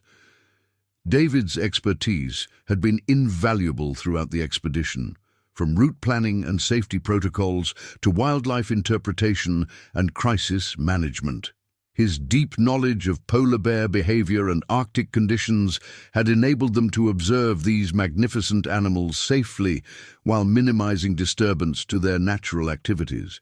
The encounter with the large male bear could have been dangerous without proper preparation and experienced leadership, but instead became one of the highlights of their Arctic adventure. The following morning, December 18th, brought news that validated David's concerns about changing weather conditions.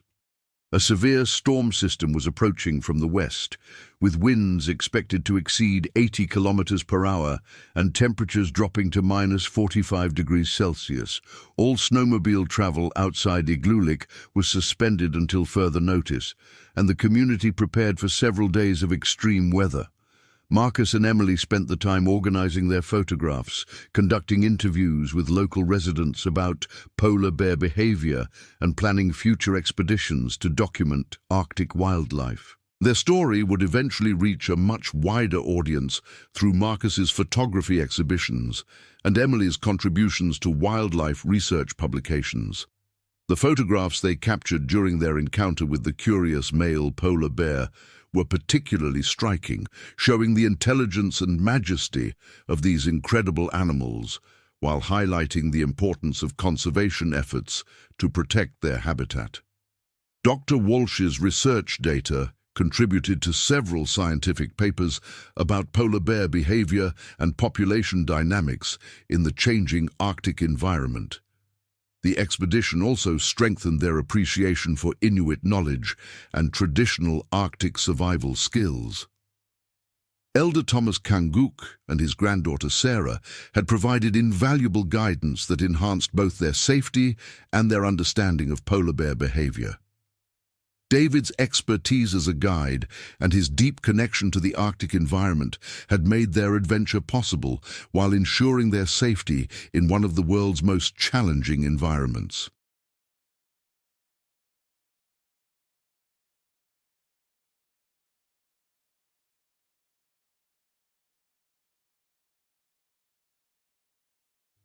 Six months later, Marcus's photographs from their polar bear expedition were featured in National Geographic magazine, bringing international attention to both the beauty of Arctic wildlife and the challenges facing polar bears in a warming climate.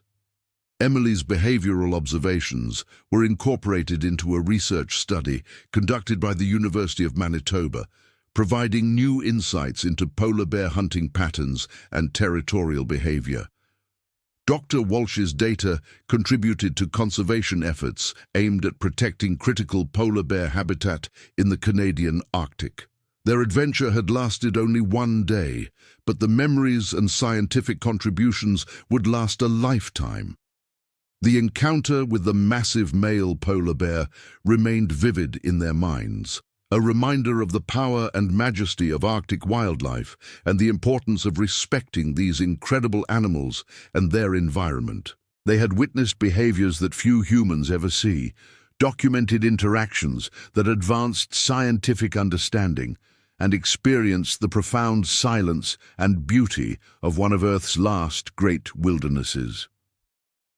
The story of their December 17th expedition became a favorite tale among Arctic guides and wildlife photographers, told around warm fires in remote communities throughout the Canadian North. It demonstrated the importance of proper preparation, experienced guidance, and respect for wildlife, while showcasing the incredible rewards available to those willing to venture into polar bear territory with appropriate caution and reverence. Most importantly, it highlighted the urgent need to protect Arctic environments and the magnificent animals that call them home. Years later, Marcus and Emily would return to Nunavut many times, always with David as their guide, continuing to document polar bear behavior and contributing to conservation efforts. Their first encounter with the curious male bear remained the gold standard against which all subsequent wildlife encounters were measured. A perfect example of how humans and Arctic wildlife could coexist respectfully in one of the world's most extraordinary environments. The experience had transformed them from wildlife enthusiasts into passionate advocates for polar bear conservation, ensuring that future generations would have the opportunity to witness these magnificent animals in their natural Arctic home.